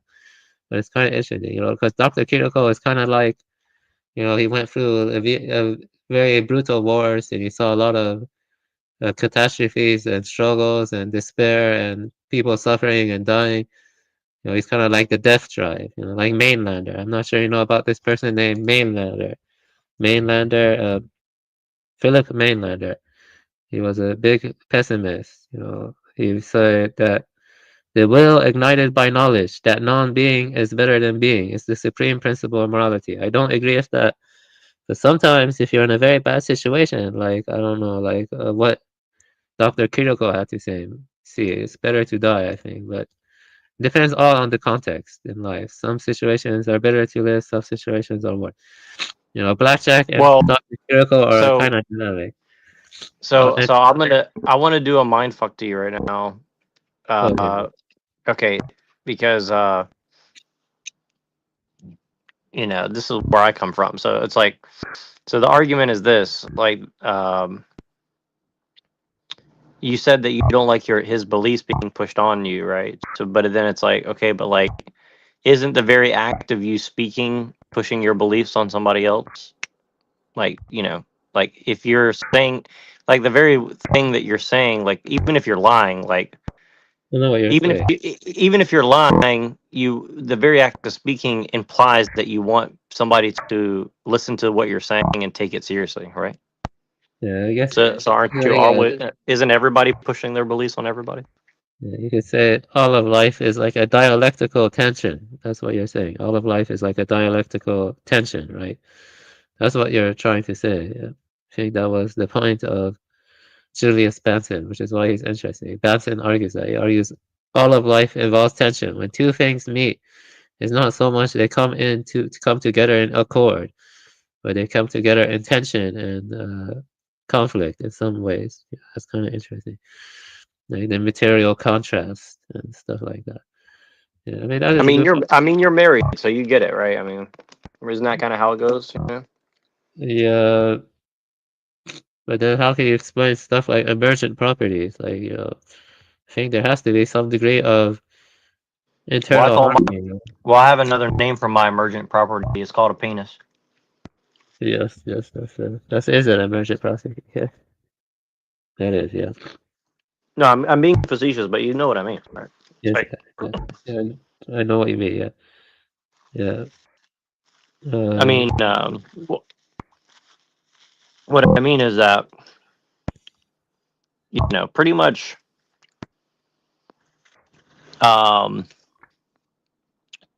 everybody's trying to push their worldview on other people, right?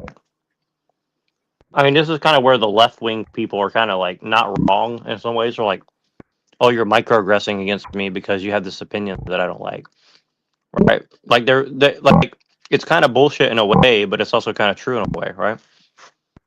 They're basically like saying like if somebody hears you, they might agree with you, even if you're right.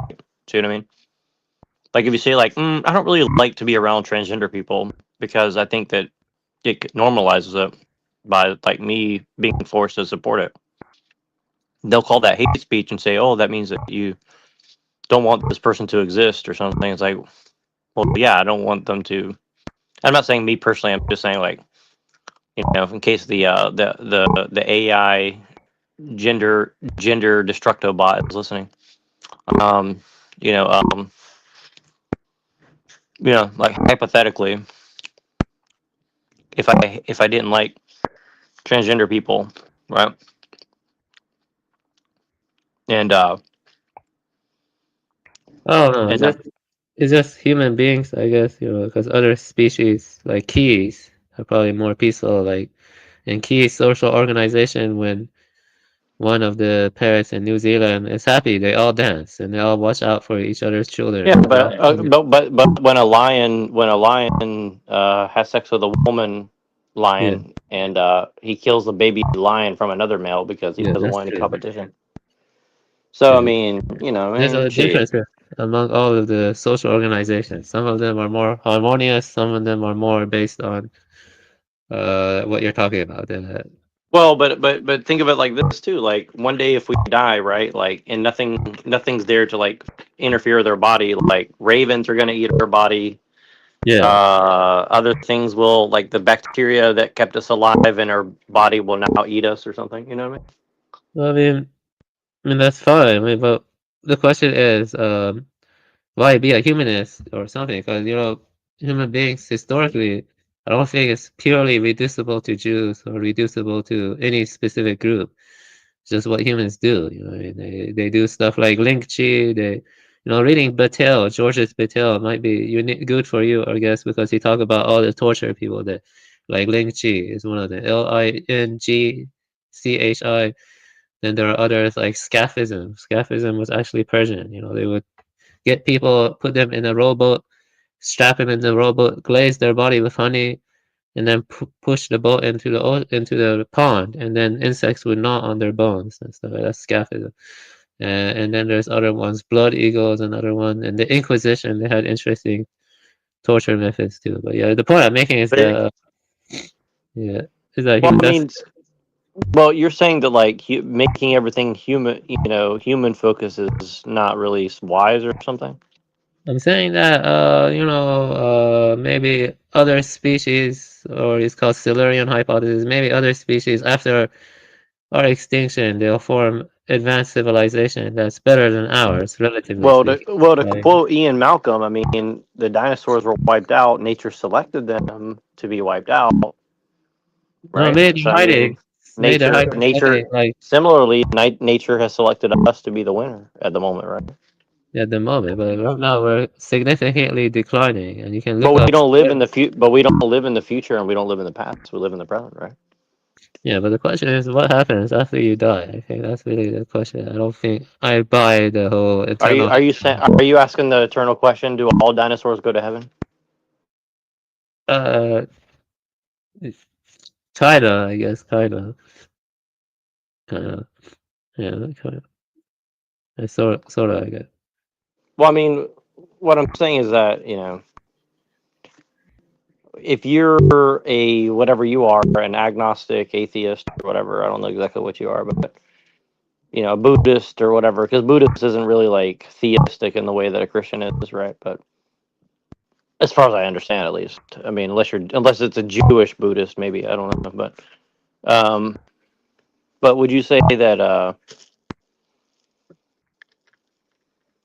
I mean, why is it good to not focus on humans? Essentially, like we are human, we're here. We got to entertain ourselves for however long we're alive, right? Like what? Like why not just call yourself a dolphin and say that you've evolved or something? Uh, I don't understand what you're saying or something. I'm a neo-Lamarckian or something. That's kind of what I lean towards. That's already deviating What far. what what's that? You can look at my channel to get an idea, like the biosemiotic section. Basically, um, I think there is some kind of self-organization or drive to greater order and complexity that cannot entirely be explained by natural selection. You know what I mean? I don't accept natural selection. It's just an editor. It's not a Well, generator. why can't you just call that God and move on though? Yeah, I mean, of course. Yeah, you can do that. You can call it God or whatever. You can call it Dharmakaya, God. I think Dharmakaya is probably closer, but the point is that evolution itself is creative and anticipatory. I don't really like the human species as a whole. Why not? I wonder what other species or lineages might be like if they evolve towards I capacity for mean, I mean, symbolic somebody did reference. that. Jane Goodall went out there and had sex with a bunch of gorillas in the mist for a You, while. you no, no, no, no, I'm not saying I'm not into bestiality. I'm not into zoophilia. I'm not a furry. I'm not a But you furry. don't. But you wouldn't judge somebody who went out there and tried to make love to a raven, right? No, no, you. I wouldn't like that. I don't encourage that. I'm not a furry. I mean, I can understand people thinking I'm a furry, but I'm not. I'm not a furry. I, I just like the You're aesthetics a, of. you're a feathery. No, I'm not a feathery No, either. I'm just kidding. Just kidding. Just kidding.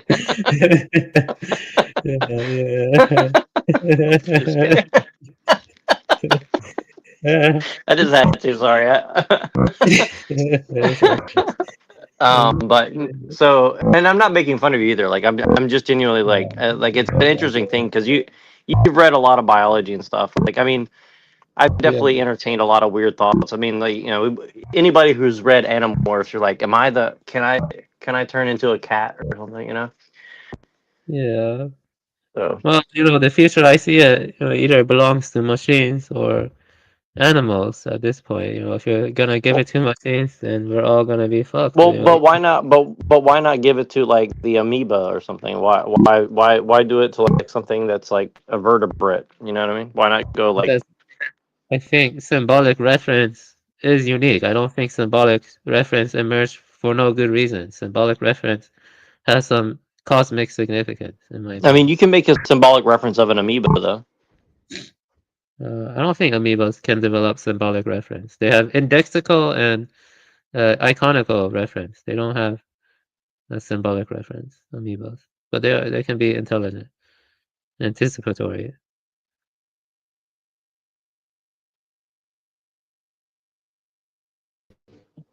My bad. Okay, try again. Can you talk? Oh yeah, I don't think All right. amoebas can develop a symbolic reference. They don't have the cognitive capacity to do that. Well, Uh, you're assuming. I mean, you don't know that for sure, though. well, uh, I don't think they can. But okay, but why is that a good thing though? Like, isn't symbology kind of like living in like the Matrix, right? Like, isn't that kind of like living in your own head essentially? Like, isn't that kind of worshiping like Descartes and solipsism and stuff like that? Well, you realize by rejecting symbolic reference, that means all the sacred symbols like the cross or like the Dharma wheel or like the swastika. The swastika wasn't originally about that stuff, but the swastika, the enso, all of that has a deep meaning and significance, and it only Well, makes sense in relation to other it's symbols. also been significantly weaponized as well. I mean, a symbol may have the power to do good, but it's hard to deny that that's rarely been the Same with case, the right? cross. Cross has been weaponized. Yeah, of course. I mean, look at LeVay. I mean, even LeVay himself had his own cross, right? So I mean, Runes are symbols too. Runes and Ogam alphabet, and just language itself.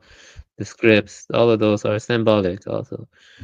And, right. But you're saying that like an amoeba can't do language and shit, so therefore it's not as good as a raven. But I mean, or, from no, but, from a dharmic perspective or whatever, right? Like how's that really add up? well, the point is there's indexical and iconical reference. Iconical is like likeness, and indexical is like correlation. And that's and the symbolic reference is bootstrapped on those two, but only human beings can do symbolic reference right now. Like if a raven were to make like I don't know, like a religious symbol or caveman paintings or something like that, then they would have symbolic reference. Maybe in the future they can develop that capacity.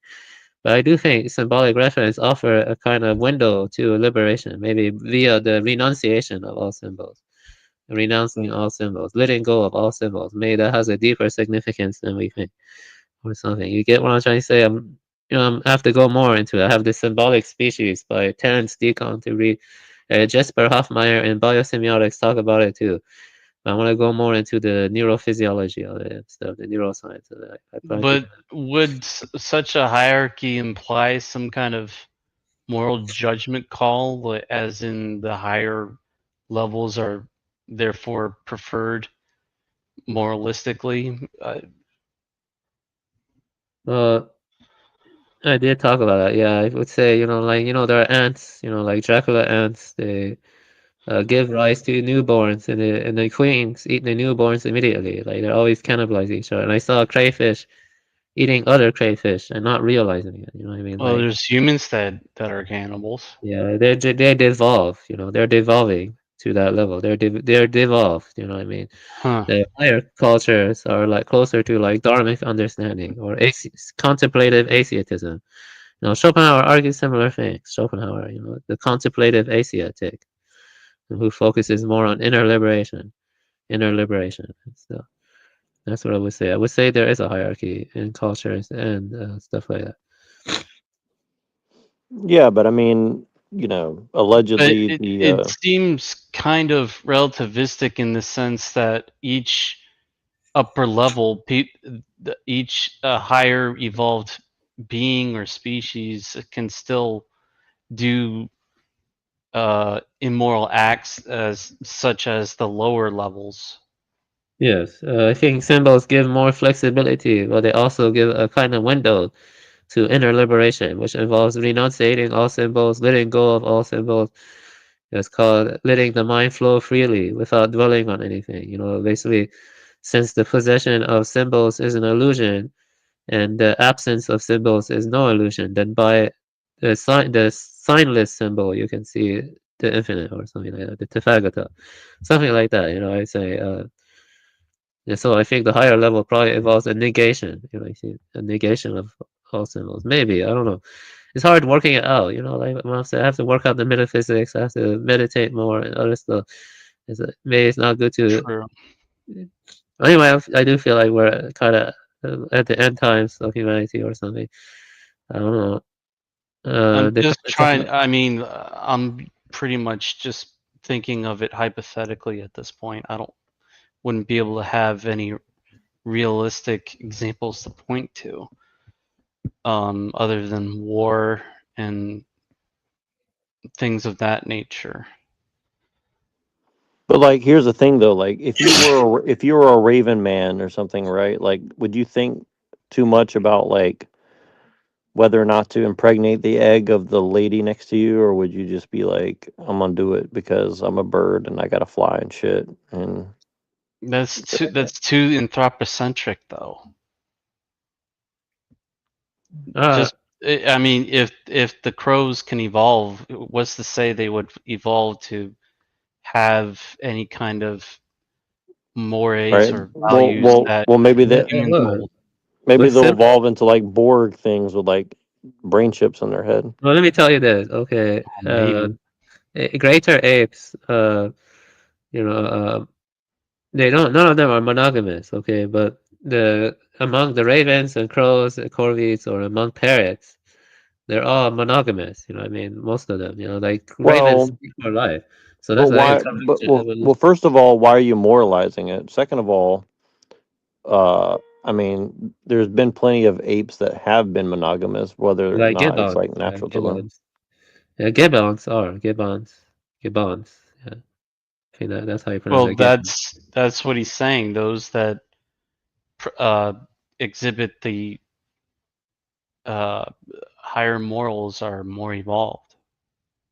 I'm assuming that's No, I mean, first you have to develop what it symbolic implies. reference. You know, the thing is that I am open to possibility of special intervention, but not special creation. But you know, Hyperborean has a strong argument that did kind of it is kind of convincing. He claims that they were the Ceros that came down.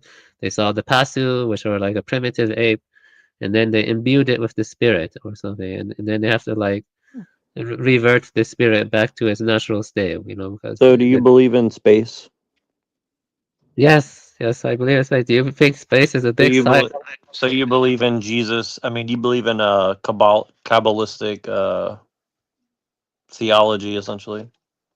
No, no, I don't believe in Kabbalah, What? but huh? You think space What are is you fake? talking about, Neuro?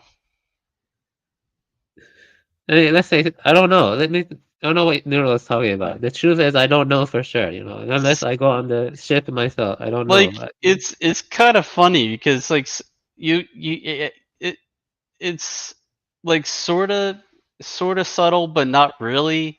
Like you'll have like serious questions and like you have like a nice serious conversation, and then you say shit like that. It No, just it's okay. at least throws me off. No, it doesn't throw me off. You know, it's not good to take oneself too seriously. You know, it's okay. I like the Well, humor sometimes. of course. I mean, that's what I'm saying. Like, I guess it's just to keep it spicy or frosty or I would rather people behave like that than Unseen. You know, Unseen was creeping me out. You know, I was trying to make peace with him. I sent him a friendly message asking to make peace and apologize to for my past conduct.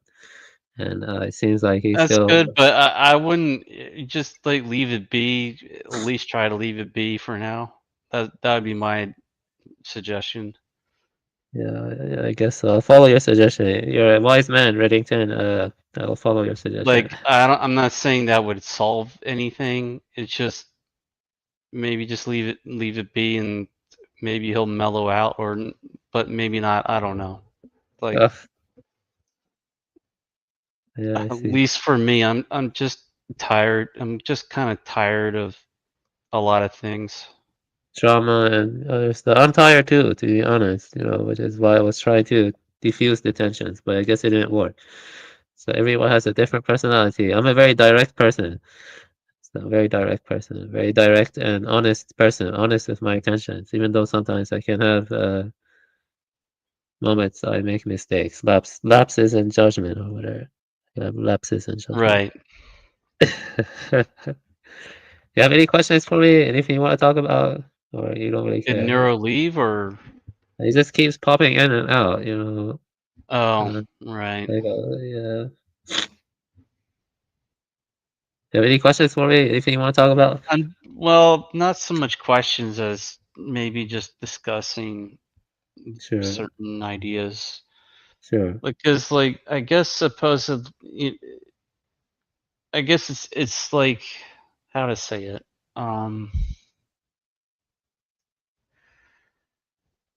If there is such a thing as free will, then that might. That's probably not the right way to say it. Oh, how to phrase it? It's like, okay, like say you have like advanced, uh, well, uh, quote unquote advanced civilizations, but they still have similar problems with war. Like it'd be at like an interstellar level, supposedly, and maybe whole planets are being destroyed and millions upon billions of lives being lost. Like, would the magnitude make the crimes worse? So like I guess that's a question, but Have you ever played the Metroid games? Or you don't really play video games, right? But have you ever played Metroid series or like Metroid series? what game? Metroid, like No, Metroid. I mean I've seen them before. I haven't really played them. No, I don't really play video games anymore. I mean those the Metroid games were from back in the day. They make a lot of Remember, new right? ones. It's not bad here, but basically in Metroid series, there's an advanced race of avians that are humanoid. They're called Shozo. They're called the Shozo, and they lead to lots of planets getting destroyed by their biological experiments and stuff. Originally, they were very peaceful creatures, but they made an experiment with their biochemistry labs, and it goes haywire, and it takes over planets, and it ruins the ecosystem. I want you to look up something called dark forest hypothesis.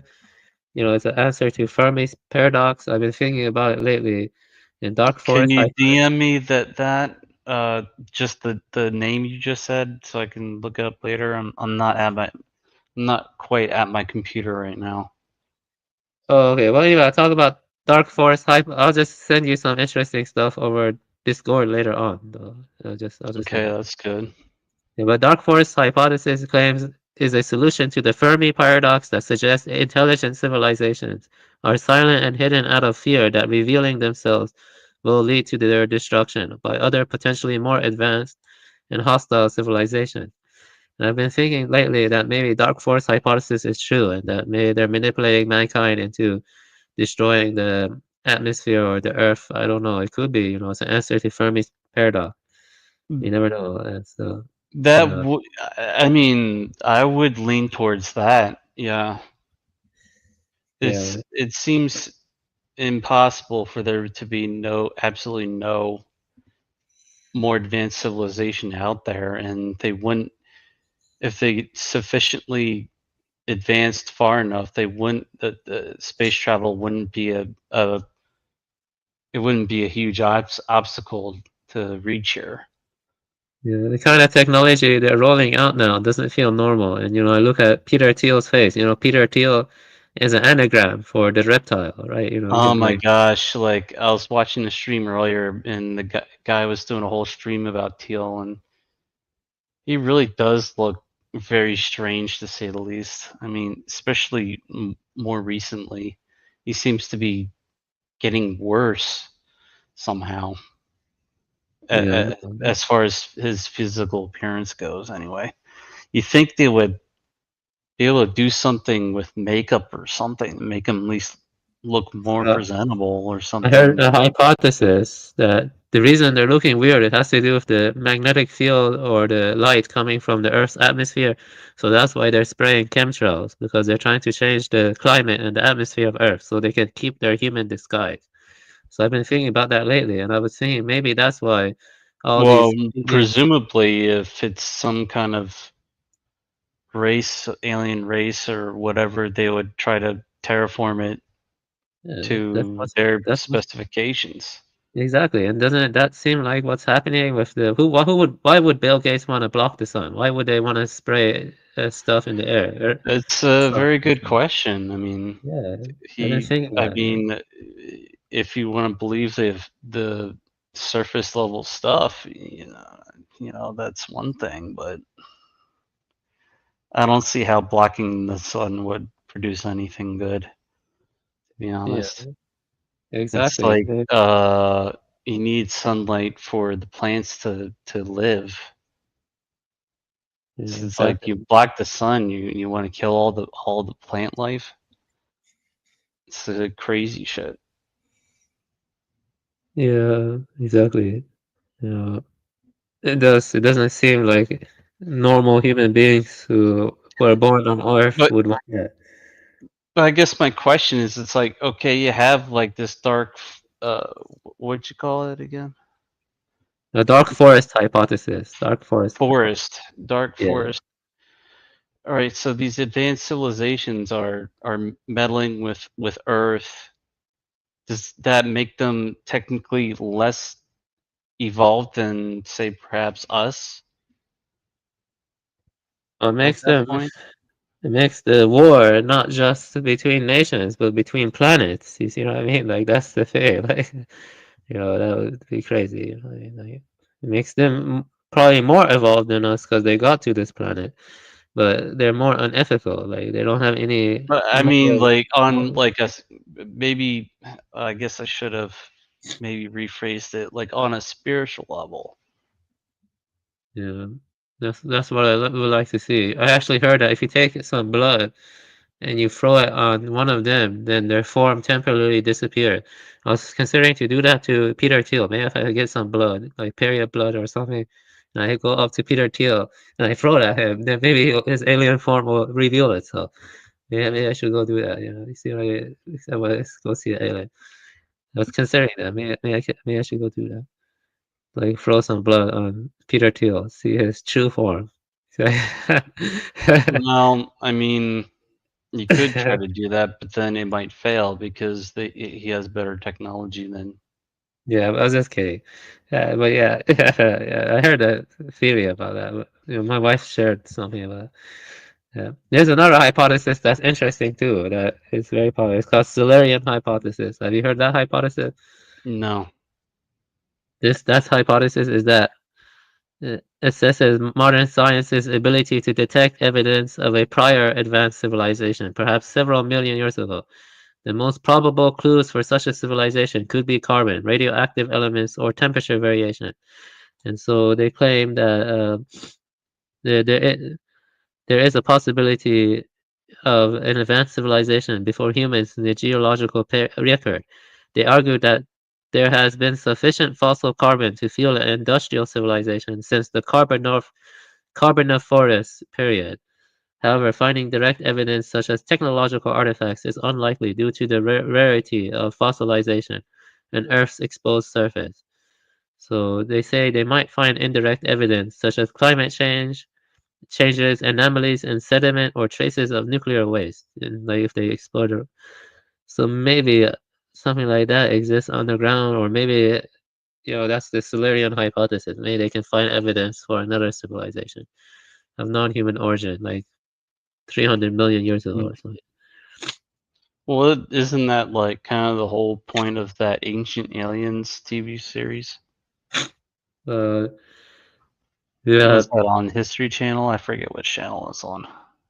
I think this one came from a Doctor Who episode or something, but yeah, it's an interesting idea. It's just a thought experiment, but they claim that maybe there was a race of reptilian humanoids from Earth's past or something, or maybe they still exist underground somewhere. I don't know.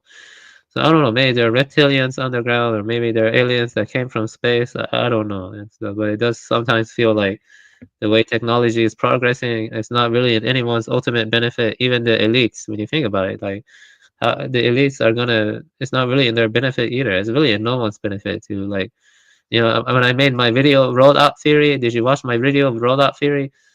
I recommend watching that one, rollout theory. Was that from yesterday or? Yeah, it was from yesterday. Yeah. No, I didn't get. I only saw like maybe a little bit of it.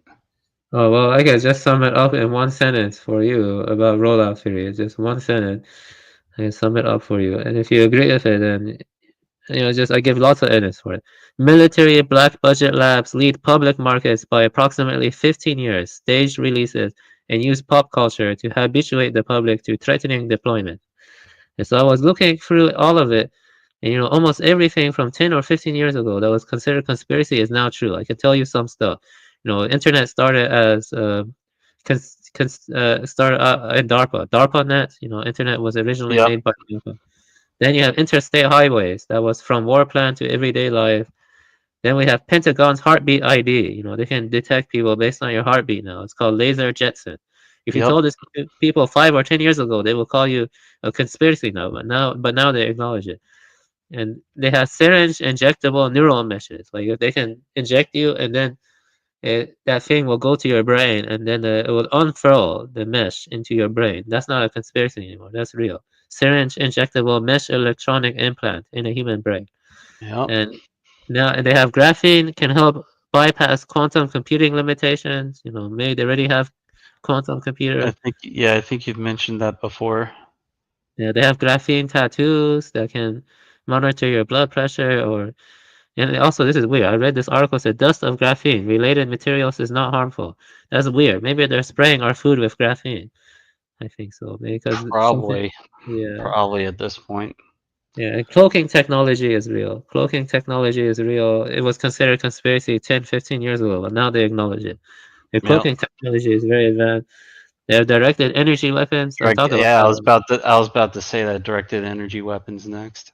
And then they have nanotech intersected with biology. It's called carbon quantum dots. So they have nanotech that can go into your body, bypass the blood-brain barrier, can like interface with your body. It's called carbon quantum dots. Lots of stuff I like got that. like maybe 16 to 20 textbooks of nanotech that I haven't looked at yet, but I guess I don't have enough time. Nanotech is some complex stuff. Is your background in physics strong? No, Well, I'm just a layman. yeah, my background in physics isn't really that great either. I don't know how I got through my education in robotic intelligence. I think it's because my background in machine learning is stronger than my background in data science. But there's some stuff I really had to like. Oh yeah, but yeah, they see here the organoid intelligence. I talked about that. That they grow stem cells from they grow brains, miniature human brains from stem cells, and then they put it into the computer chip. You can rent that. I already mentioned that before. Let's see. Let me just continue But on. you called it organoid? Yeah, Like organoid isn't intelligence. like isn't Organoid. organs? Yeah, they grow miniature human brains from stem Okay. cells, and then they put it inside the computer chip, and that creates the I thought maybe you're saying it like with a different spelling, but never mind. yeah, like organoid. Yeah, organoid. Right. Yeah, sorry if my accent is weird No, sometimes. no, it's not the accent. I'm used to the accent now. Oh, thank you. Yes. Because there's like another word that's spelled differently, but you can pronounce it the same way. So I Yeah. was a little confused for a second, but that's fine. Yeah. It, also, there are xenobots. Xenobots, you know about that? Like they from tiny living robots built from frog stem cells, like skin plus heart, assembled into design shapes that move and do simple tasks. That was from French to normalize. No, I Michael haven't heard of Lehman. that one. You haven't heard of xenobots? Yeah, you No. should when you have time, watch my video rollout theory. Rollout theory. I go into all of that. I have evidence for all of these claims too. But Okay. Michael Levin, Michael Levin researches that stuff. That stuff has been Oh, this there was a 11 video I wanted to watch at some point. Oh, what was it? I forget. anyway. So I'll have to find it. Well, anyway, there are other rollout examples like GPS, night vision, and thermal imaging, stealth and materials, UAVs, drones, public key crypto, and satellite imaging. Anyway, the question. Anyway, the point I wanted to make is that you know is this that stuff, if you mentioned it like 10 years ago, people will call you a conspiracy nut, but now it's all acknowledged. What I mean? 10, 15 years ago, I think they had this stuff 15 years ago at least, all of them, maybe Right. more. Yeah. Oh, I'm sure they're more advanced than just 15 years. Yeah, exactly. And there's a new thing. I read an article from Congress government website. It was talking about lethal autonomous weapons. I think they already have it. If they're already talking about it to Congress, that means they already have it. You know what I mean? They have lethal autonomous weapons. That's Right. yeah, I talk about that in my video, and so you can talk more in brain cloud interfaces, stuff like that. And Black Mirror is probably one of the biggest, predictive programming, and Black Reveals. Mirror, Yeah. Black Mirror, I've and seen some of those episodes. They're pretty wild. yeah. So basically, there are two principles on arguing from conspiracy to just tech. And when the papers and program pages are public, assume more capable versions exist in hidden labs. So yeah. yeah. Anyway, that's the direction we're heading is not very good. You know what I mean? Like they're going to try to fuse biology with machines. They're going to try to do depopulation. You know, Dark Lorp is right. You know what I mean? Dark Lorp is right. And stuff like that. The stuff Dark Lorp talks about is the biggest dangerous stuff right now. And stuff.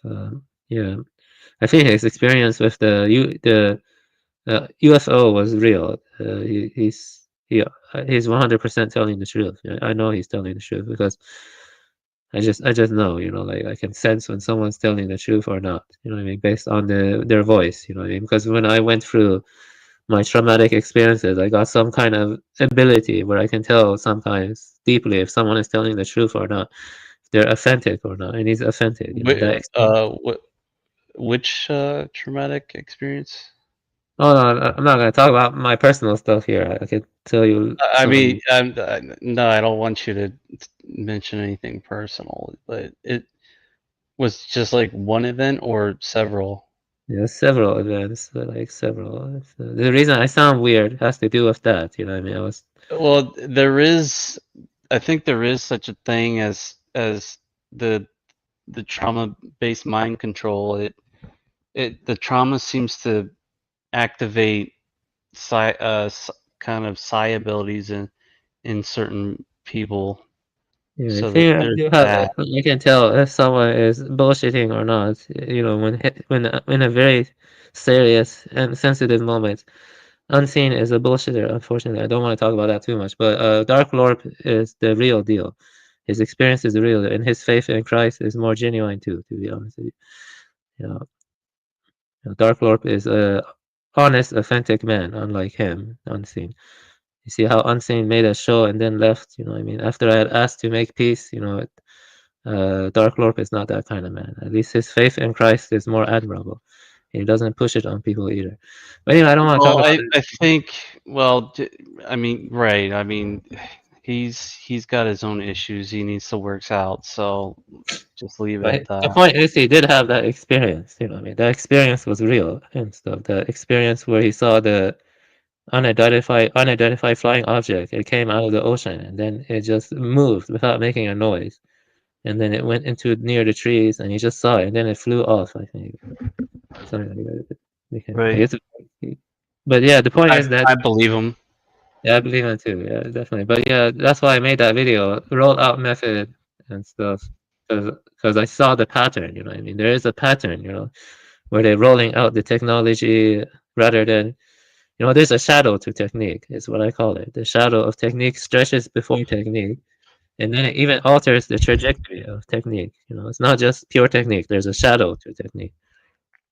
I think there's the rollout, the slow drip, but I think they're also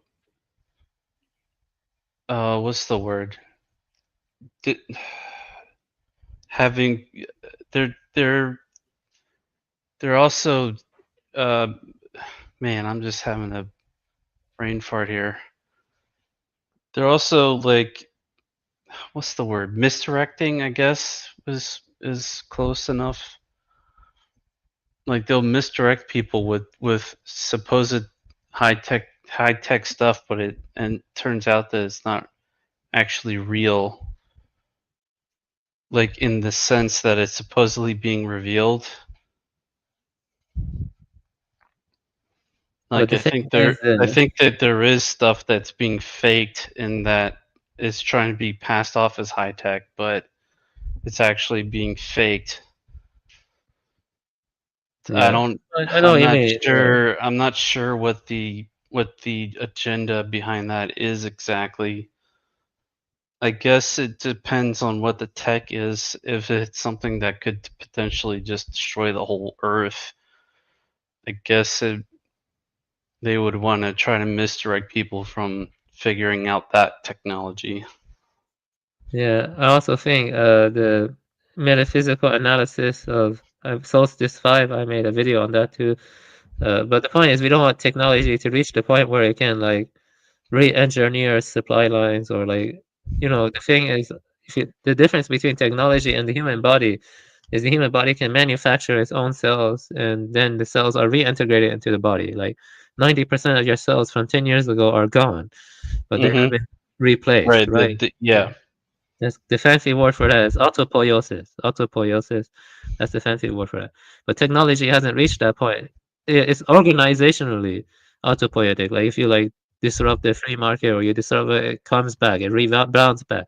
But it's not like it can materially manufacture its parts. It's not material, Right. not material autopoiesis. We don't want that to happen though. If that were to happen, it would become like Solstice 5, the 10-minute Solstice 5 episode, movie. I recommend checking out Solstice 5, but I have that video. But another possibility is, in Armored Core 6, the game I play, it's possible technology can form new symbiotic interrelationships with nature and stuff. Like, they have fungi they're growing too and trying to put it in computer chips. And they have the human brain cells they're putting into computer chips. Maybe technology can go out of control and start like fusing with all life. We wouldn't want that to happen, but that could happen. My video on Well, Solstice is if they are supposedly more farther ahead than we think, then we might already be there. Yeah, exactly. That's the kind of stuff I'm worried about. But then the question is have they found a way to contain it? Yeah, I know what you mean. Yeah, that's these Or kind of is it, or is crazy. it, or if it's a higher advanced civilization that's containing it? Yeah, I know what you mean. Yeah, with the dark forest So stuff. Yeah. it's at that point you can get into all kinds of different ideas of who's which race or which civilization is doing what and this, that, and the other. It gets pretty complicated whether to figure out what's actually true or not. It's really frustrating at times, I think. It is frustrating. I know what you mean. Yes, we don't know where the lies end and the truth begins. I mean, I talk about that in my video too. It's very Yeah, it's pretty frustrating. It is frustrating. Yes, we get all this so-called tech, and we feel like we know less than we ever did before, and stuff. Yeah, Right. that's Being highly gate kept. Yeah, 100%. I agree with you. Yeah, that's why I'm here because I don't like the way technology is evolving. Basically, I just want to go back to simpler times and stuff like that. It's kind of strange because well, humans are not ready for having the responsibility of such high tech. Well, it's like if anything that I've heard about higher civilizations is true, then they're not all altruistic and moral either. So they use technology for evil means as well. Yes, maybe So it with seems like symbolic. a rather kind of weak excuse in that sense. But it's like, okay, well then you give you give opportunity to those humans that are moral. They have upstanding moral character. Yeah, now that you mention it, there is a game mixed with Taoism and mixed with cyberpunk horror. Cyberpunk horror came out recently from Taiwan. It's called Nine Souls. And Nine Souls is spelled Haven't heard of it. SOLS. And it doesn't have a U in it, but the game is basically about how there are these cat-like beings. They're felines that are kind of humanoid, but they're kind of like farming the brains of ape men, human beings like us, and they're using our brains to sustain this large network, this biological computer with our brain matter and stuff. And the reason they're doing this is to try to find a cure for something that afflicted their feline humanoid race on a planet or something. It's an interesting game, but it has a lot of Taoist themes. Because it also deals with how we should scale back the technology, or is it right to take advantage of the ape men, use them as farm animals or something like that. Think about it. We use cows and we use chicken as farm animals. If there were another more intelligent race, wouldn't they use us as farm animals or in some way? Yes. I mean that's the whole idea behind the whole loosh thing. Yes. Yeah. It does seem like that. And then you have the movie The Matrix saying that we're just a bunch of batteries. So Yeah. that's implanted into the collective unconsciousness, I guess. That's true. Yes, that's right. It's like a transformation of Gnostic ideas. But it's weird though, because like, okay, if you're advanced enough to have that kind of technology to harvest energy from humans, it's like why wouldn't you have? If you're that advanced, then you're probably going to be advanced enough to harness energy out of the ether. You wouldn't even need humans at that point. So Yeah. Well, that's kind a of good begs the question. question. It does beg the question, yes. So either it isn't true, or it's not energy that they're harvesting. It's some it would have to be something else.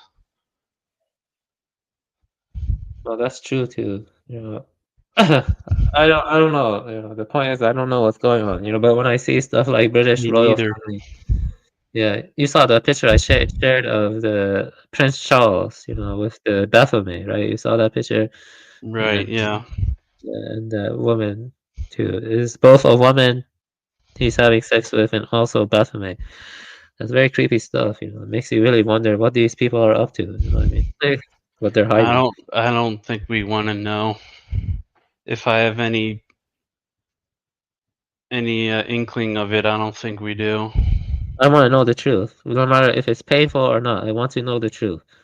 I mean, that's I understand your sentiment. I really do, but I think everybody has limits.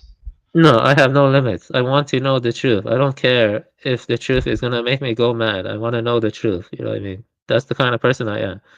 I want to know the truth. You know, no matter what it is, I want to know the truth. You know, Uh, that's the kind of person.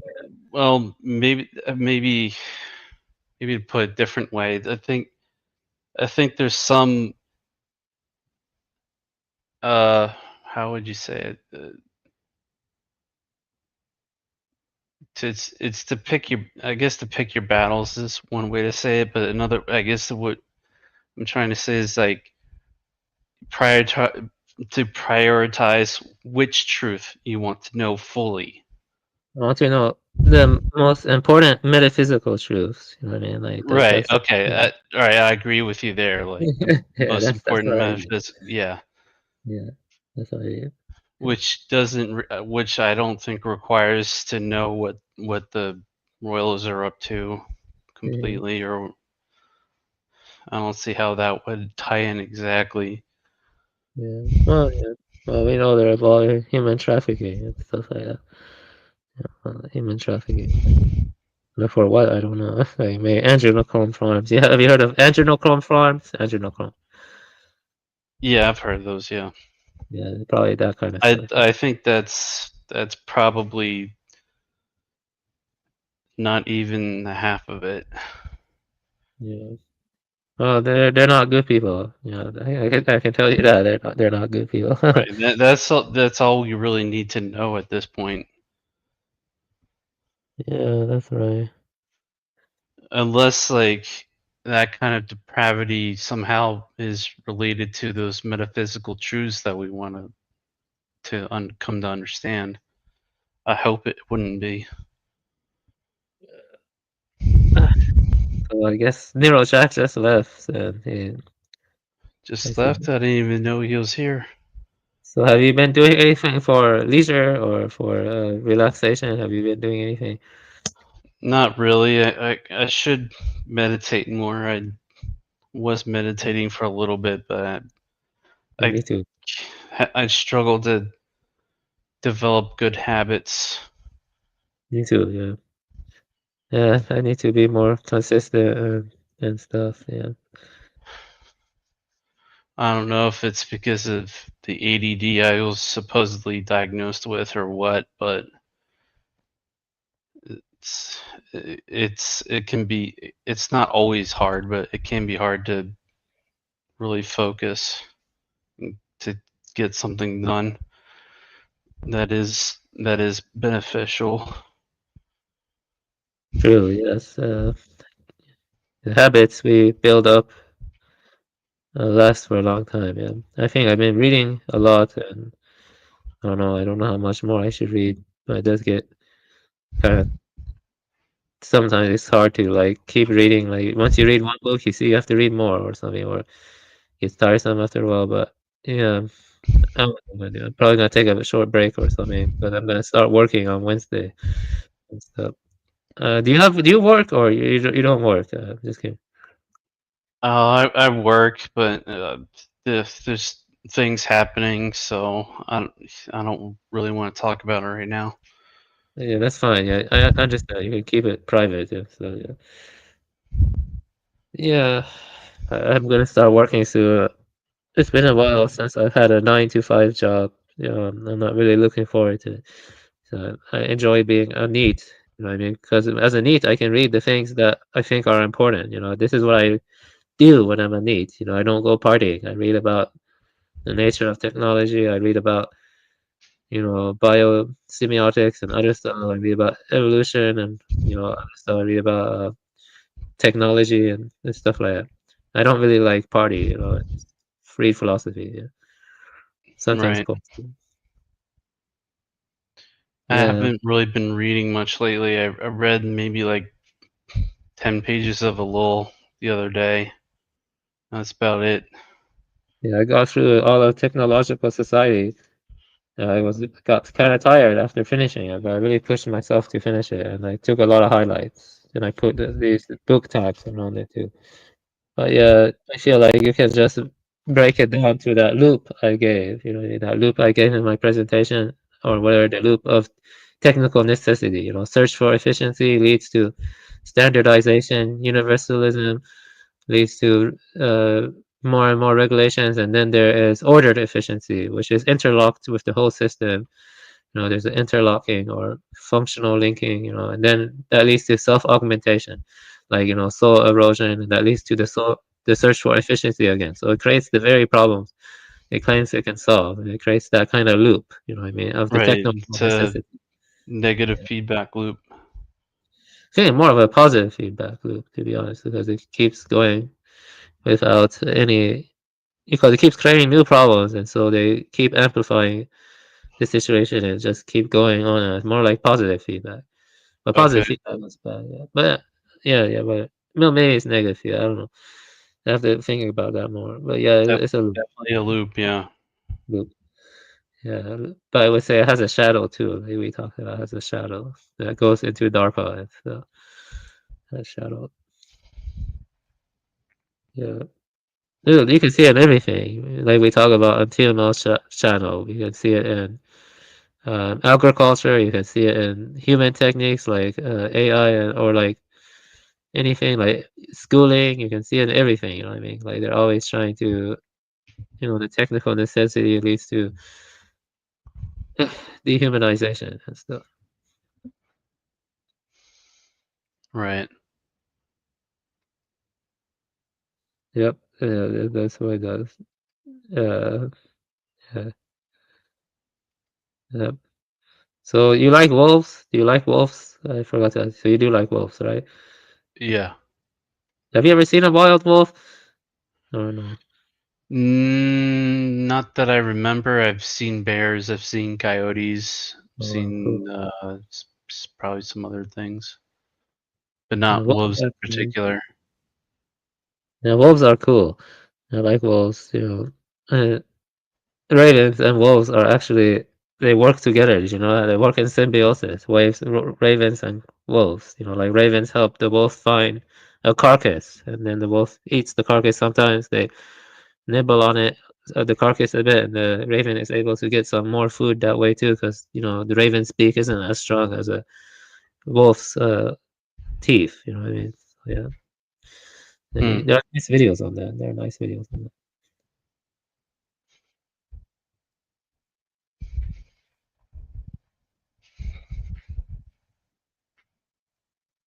It was actually Pill Eater that kind of gave me this nickname of Lone Wolf because I had all these wolf avatars that I use on stream. That's cool. Yeah. It's a cool name, you know. Wolves are cool, you know what I mean. I actually But came. but yeah, it has some other meanings for me. Yes, I can tell. Like it's a cool name, you know. I like names to have deeper significance to them instead of being silly or something. It's not a silly name, you know. I'm saying it's a cool name, Lone Wolf. Actually, I think it's Solid Snake or Metal Gear used that wolf name too. Well, I don't know. Never mind. But Lone. Yeah, I forget what Yeah, exactly it was. It's been a while. It's a long time since I've played Metal Gear Solid 1. oh, Sniper Wolf. I was getting that. Sniper Wolf. Yeah, that's the one. Yeah. That's wasn't thinking of Sniper Wolf when I It's been a started while. using avatars. Yeah, it's been a while since I played the game because I didn't remember, you know. But I think there was a wolf in Metal Gear Solid 5 also. Like Metal Oh, Gear Solid. I never got that far. I got to maybe the second one before I stopped playing console games. Let me see. I play too many games. I watch too much anime. I read too much. I don't really interact with most people. I'm reclusive. I'm very reclusive. Very, very reclusive. Yeah, but So, at least you're doing something with it and seeing the patterns and the symbolism in these games. yeah. That's gotta be count for something, I guess. Yeah, I guess so. Yeah. And most people are just dreaming nowadays. They're not really living in a community or in connection with anything. They're just dreaming while staring at a screen or something. Lots of dreams, you know. I went on a trip to Costa Rica. I wrote about that. It was nice. I also go bird watching something. I used to scuba dive also. Scuba dive. I wish I could go scuba diving more. Scuba diving was nice. Nice. Yeah, scuba dive. I like dolphins. Dolphins are cool. Dolphins are cool. Dolphins are cool. Yeah. And my channel will deal with more interesting stuff about animals and their unbolting. You know, their unbolting can be fascinating. Uh, I do my best, but I'm not a perfect man. You know what I mean? I'm not a perfect man. I have my flaws, like everyone else. No one's perfect. Yeah. Okay. This is good. Yeah, I guess I have some bad karma. I don't know if I could fully ascribe to karma. You don't fully subscribe to karma. It Yeah. seems like a almost like infinite regress to me. Yeah, maybe it's wishful thinking, you know. But if something like morphic resonance exists, you know, I think it's easier to argue for karma, though. If something like morphic resonance exists, How so? because you know, the in the Lankavatara Sutra, what is good and bad is in relationship to your intentions, not so much in relationship to what happens, but your intentions. So if you have like honest or virtuous intention, not in terms of getting merit, but like let's say you help someone and you have no expectation of reward. I mean, that leaves positive karmic trace, or it doesn't leave any karmic trace at all. But if you like, it's about As intention. it leaves a type of resonance that may Yeah, manifest in other lifetimes. yeah, that kind of stuff. Or habit energy. It leaves certain habit energy that influences the trajectory when you die. You know what I mean? Like the habit energy of your memories or the resonance, that kind of stuff. That's what the Lankavatara Sutra talked about. That's why it's an interesting sutra, because it kind of fits with the whole notion of morphic resonance, from what I've read about Lankavatara Sutra. Because the memory is not stored in your brain in the Lankavatara Sutra. It's in the field that is reciprocally connected to the brain, you know what I mean? Right. Reciprocally. Yeah. Yeah, so yeah, karma in that sense, but not karma in the sense of like, commandment-based ethics, you know what I mean?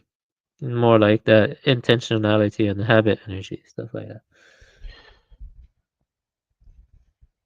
That would be my hang up, would be like the moral implications of karma. It's because the way I would think about it is, okay, like say you commit immoral acts for most of this lifetime, so therefore you have to be punished for them in the next lifetime. So does that mean in the next lifetime the person doing mediating out that punishment, would that mean they're also committing immoral acts?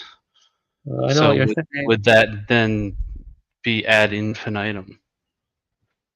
Well, the thing about karma is it affects the volitional disposition, your disposition index. Like maybe you're reborn as a ant, or something, or you're reborn as a hungry ghost or something. The sutras talk about could be a lot of different things, but I think it's more about the disposition and the place you're born in, not so much about like like the Vedic ideas or the vendetta ideas, more like what you're talking about. But in the Buddhist idea or Mahayana or Zen, it's more like the disposition is affected, or the place or something, not so much like everything that happens to you was due to past karma or something. I don't know. It's hard to explain. I don't know. The Buddhists have debated this too throughout history. No one knows for sure. No one For knows for sure. one, it would imply that we're all eternal, and as much as I would like to ascribe to that, I can't say I can, because I wouldn't know. Yeah. The one But question the is, other thing, before I lose it, what was the other thing? Shoot, losing train of thought. Go ahead. yeah, it's a difficult question. Yeah, it's a difficult question. You can read different Buddhists or different thinkers and their views on it and stuff. I do think something like karma exists, but I don't know the mechanisms or the process of it or something. It's I very mean, hard. it certainly can come into existence because the concept exists in our minds. I'm not saying it necessarily has an actual ontology or anything, but the idea of it is prevalent among enough people, so maybe it does gain some sort of existence. Ancient Celts, the Druids, the Greeks, the Indians and the Chinese, they all believe in some kind of transmigration. You know what I mean? You believe that they all believe in some kind of transmigration. It's interesting. It's a very widespread belief, way more than what I just said. Even some African tribes or the Right. I'd like Mesoamerican, to think that our ancestors were a lot smarter than they're painted as being. yeah, spiritually smarter. Yeah, that's what matters. Spiritually smarter. Maybe Yeah. not necessarily technologically advanced as some would want to try to make of, but advanced in other ways. Yeah, I think they were spiritually smarter, which is what matters. You know what I mean? Like, technical intelligence doesn't matter that much, in my opinion. What matters is spiritual intelligence, spiritual knowledge. That's Tech, why I see knowledge come from the heart. technical advancement, at least as we've seen, is mainly a material advancement. Yeah, yeah, I agree. Yes, that's the material advancement is causing a lot of problems. But Definitely. but I don't. It could also bleed over into non-material. I don't know. Yeah, like the singularity. But I think there's a possibility at least, which is kind of alarming, I Yeah, suppose. yeah, I mean, we don't want that to happen. Like that wouldn't be good. But yeah, I know what you're saying. Yeah, but that's like singularity It, stuff. it may already have. We just don't. Maybe it's just manifesting in different ways that we don't understand yet. Have you ever read any Philip K. Dick? Philip K. Dick. Oh man, it's been so long. I've read Valis, maybe Minority Report. Uh, maybe one other one, but I forget. Oh, that one looks good. I need to read that one. Valis was Yeah, a wild one. yeah, that's kind of like what you're talking about, I think. Yeah, Mm. yeah, stuff like that. I would have to reread it. Yeah, but Philip K. Dick had a great vision. You know what I mean? I was listening to some of his stuff. Very interesting guy. Very, very interesting guy. Yeah, Right. read more of his stuff, you know. Yeah. He has that one journal or that one that was published, his talks, you know, he has some interesting stuff to say in that. Very mind bending. Very mind bending. Definitely mind bending, yeah.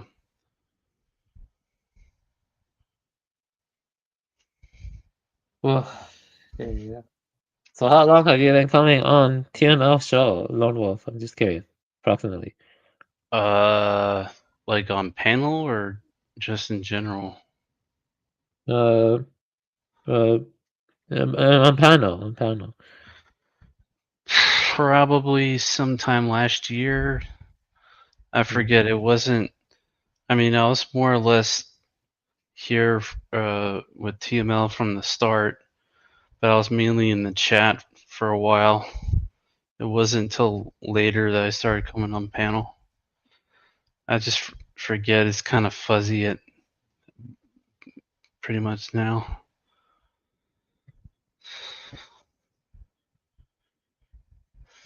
Maybe maybe a little bit. Maybe it was 2000. Maybe it was 23, not just last year. Yeah, I think it was 2023. That's cool, man.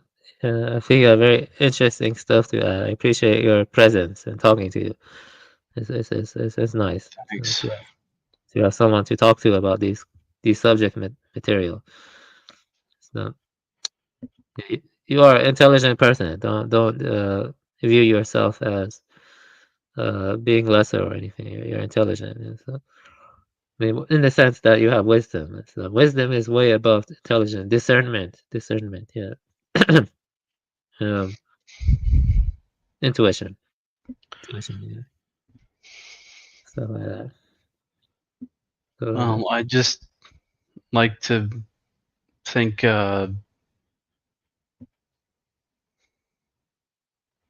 that critical thinking is above just having brute facts. that's true. Yeah. That's right. Right. I think Yeah. a lot of the stuff that people call knowledge is either a distraction or it's disinfo. So That's it's true. better to have discernment. It's better to have critical thinking to figure out whether it's actual knowledge or not. That's true. I think real knowledge does come from the heart in the sense that And it can be tough. So that's true. Yeah. It can be tough to be made in an age of information saturation. It can be tough. Yeah. Yeah. yeah, it's hard not to be overloaded at this point with all the technological advances we've had in the past, even in the past 10 to 20 years. Yeah. Like accelerating. What was 5 years becomes 2 years. What was 2 years become 2 months. You know, it's not really good. Yeah. Culturally, also, you know, and like trends are changing like every 2 months or 6 months. Like feel like you're living in a different world. Life go by you fast. You know, I feel like an old man, and I'm only 35 years old. You know, yeah, burned Right. out, burned out. Yeah, burned out and jaded. That's what I'm like, burned out and jaded. Yeah. Definitely jaded. Yeah. Yep. I wish I could just remain a neat. That would be nice or something like. Because at this point, I just want to retire or something like. Just tiresome, whatever. So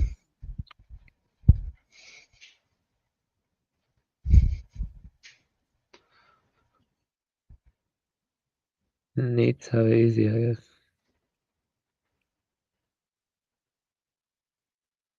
Yep. I don't know what else to talk Oh, it kind of reminds me of of a thought I had a while ago, where it's like there's this, like, you're in a cage, and it's the most beautiful cage that you could ever imagine, right? But you know it's a cage that you're in, and it has all the perks and all the uh, creature comforts. It has anything you could ever want in the cage, but you know it's a cage. The question is, do you stay in the cage or do you go out of the cage? You know, that's a good point. I used to have dreams of being in a white room, you believe it or not. And in the white room, there would be like, you know, a cartoon playing or something. We watching the cartoon, and then I become a part of it. Like when I was younger, remember my parents were fighting, and I was watching TV. I was like 6 years old, and then I saw my body in third person, and I became a part of the cartoon. And the narrative of the cartoon was changing. It's like my body projected into the cartoon as I was seeing myself in third person. As I, you know, when I was 6 years old. You know, that's like the hyper real or something like that, or something. You know, what I'm trying to say is like, what I'm trying to say is like, you know, the world is becoming like a hub of different worlds. You know what I mean? Like, um, you know, hub worlds in games. You know, like you go like in Super Mario 64, you go jump into the painting, and you go into a different world or something like that. Right. Yes, and I feel like that cage is like cycling different worlds or something like that. Different dreams within dreams. You see what I mean? Different dreams within dreams. To step out of the cage, though, is to collapse all possible worlds. You see what I mean? You know, to truly step out of the cage. You know, that's like enlightenment or something, like the collapse of all. But it's a very dangerous path because you have to be willing to be alone. You have to know self-sufficient skills. You have to know how to live alone and be fine by yourself. Yeah, but it, the thing is, everyone's lost in endless dreams within dreams. You know what I mean? It's gotten worse, though. You know what I mean? Everyone's within their own dream world, their idyllic world, their dream world and stuff. You know, I have a lot of crazy dreams. You know what I mean? Like some of my dreams contradict each other. Like once I've had a dream, I thought I believe this, then I have another dream, I believe that. You see what I mean? But Mm-hmm. what does it mean to no longer dream? To let go of all dreams or something like that? I think that's why I'm a kind of lean towards Buddhism and stuff. You know, I think all dreams trap you at the end of the day, and all dreams end in suffering, and kind of, you know, because all dreams have to dissolve or all dreams have to evaporate. You see what I mean? That's why I became a Buddhist or something. Why I consider myself a Buddhist. But it's hard not to get attached to some dreams. You see what I mean? Some dreams are, you know, you get attached to them and you start dreaming more within them or something. You want those dreams to last or something, but they all come to an end. All dreams come to an end. You know, it's like endless dreams within dreams. That's why the movie Jacob's Ladder is a very good movie, a very special movie. Jacob's Ladder, I highly recommend watching that movie. Jacob's Ladder. If you haven't already, that's a very special movie. They quote Meister Eckhart in that movie. Meister Eckhart was a very profound mystic. You see a lot of parallels with Meister Eckhart and Buddhism also. So, that movie is more spiritual. It's not really horror. It's more of a spiritual movie and stuff. You know, you know, uh, uh, yeah, that's the thing though. Uh, yeah, everyone's clinging to their own dreams. You see what I'm saying? The dreams rarely intersect anymore. That's the thing. In the past, dreams were more in accord, you know what I mean, in the community. But now the dreams are becoming all more atomized. You see what I mean? That's interesting kind of thing. Right. So yeah, that does lead to chaos. So Pinoid is right about that. And so though I think it takes a little too extreme though. But yeah, he's right about that stuff. When the dreams are no longer in accord and stuff, then that leads to chaos and atomization, growing individualism, stuff like that. It leads to growing individualism. Right. Well, speaking of dreams, I should probably go to sleep. It's rather late. Well, it's nice talking to you. Yeah, it was nice talking to you. I hope you have a good As night. well. You Hope you have too. a good night. See ya. Take it easy. Yeah, take it easy. Yeah.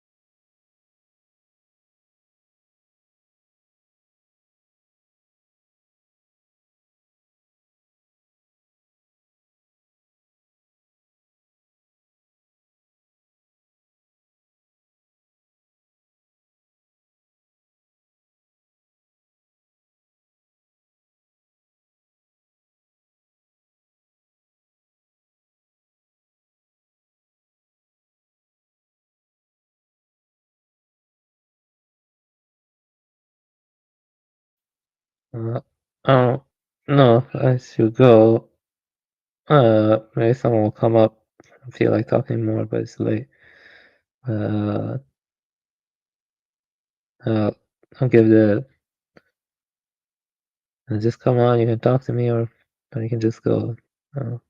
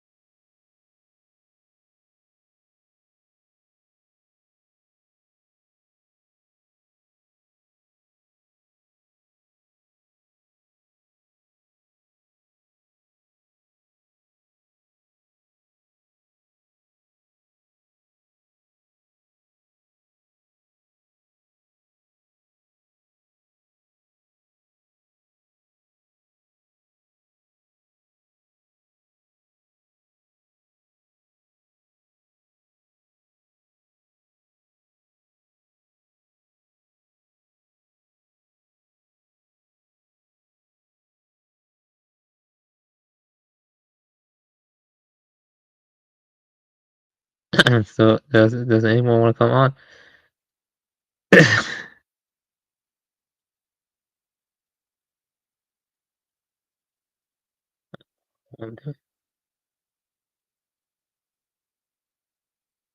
That was interesting. I should go to bed to a long nap. My sleeping schedule is messed up. So, what I'm doing here.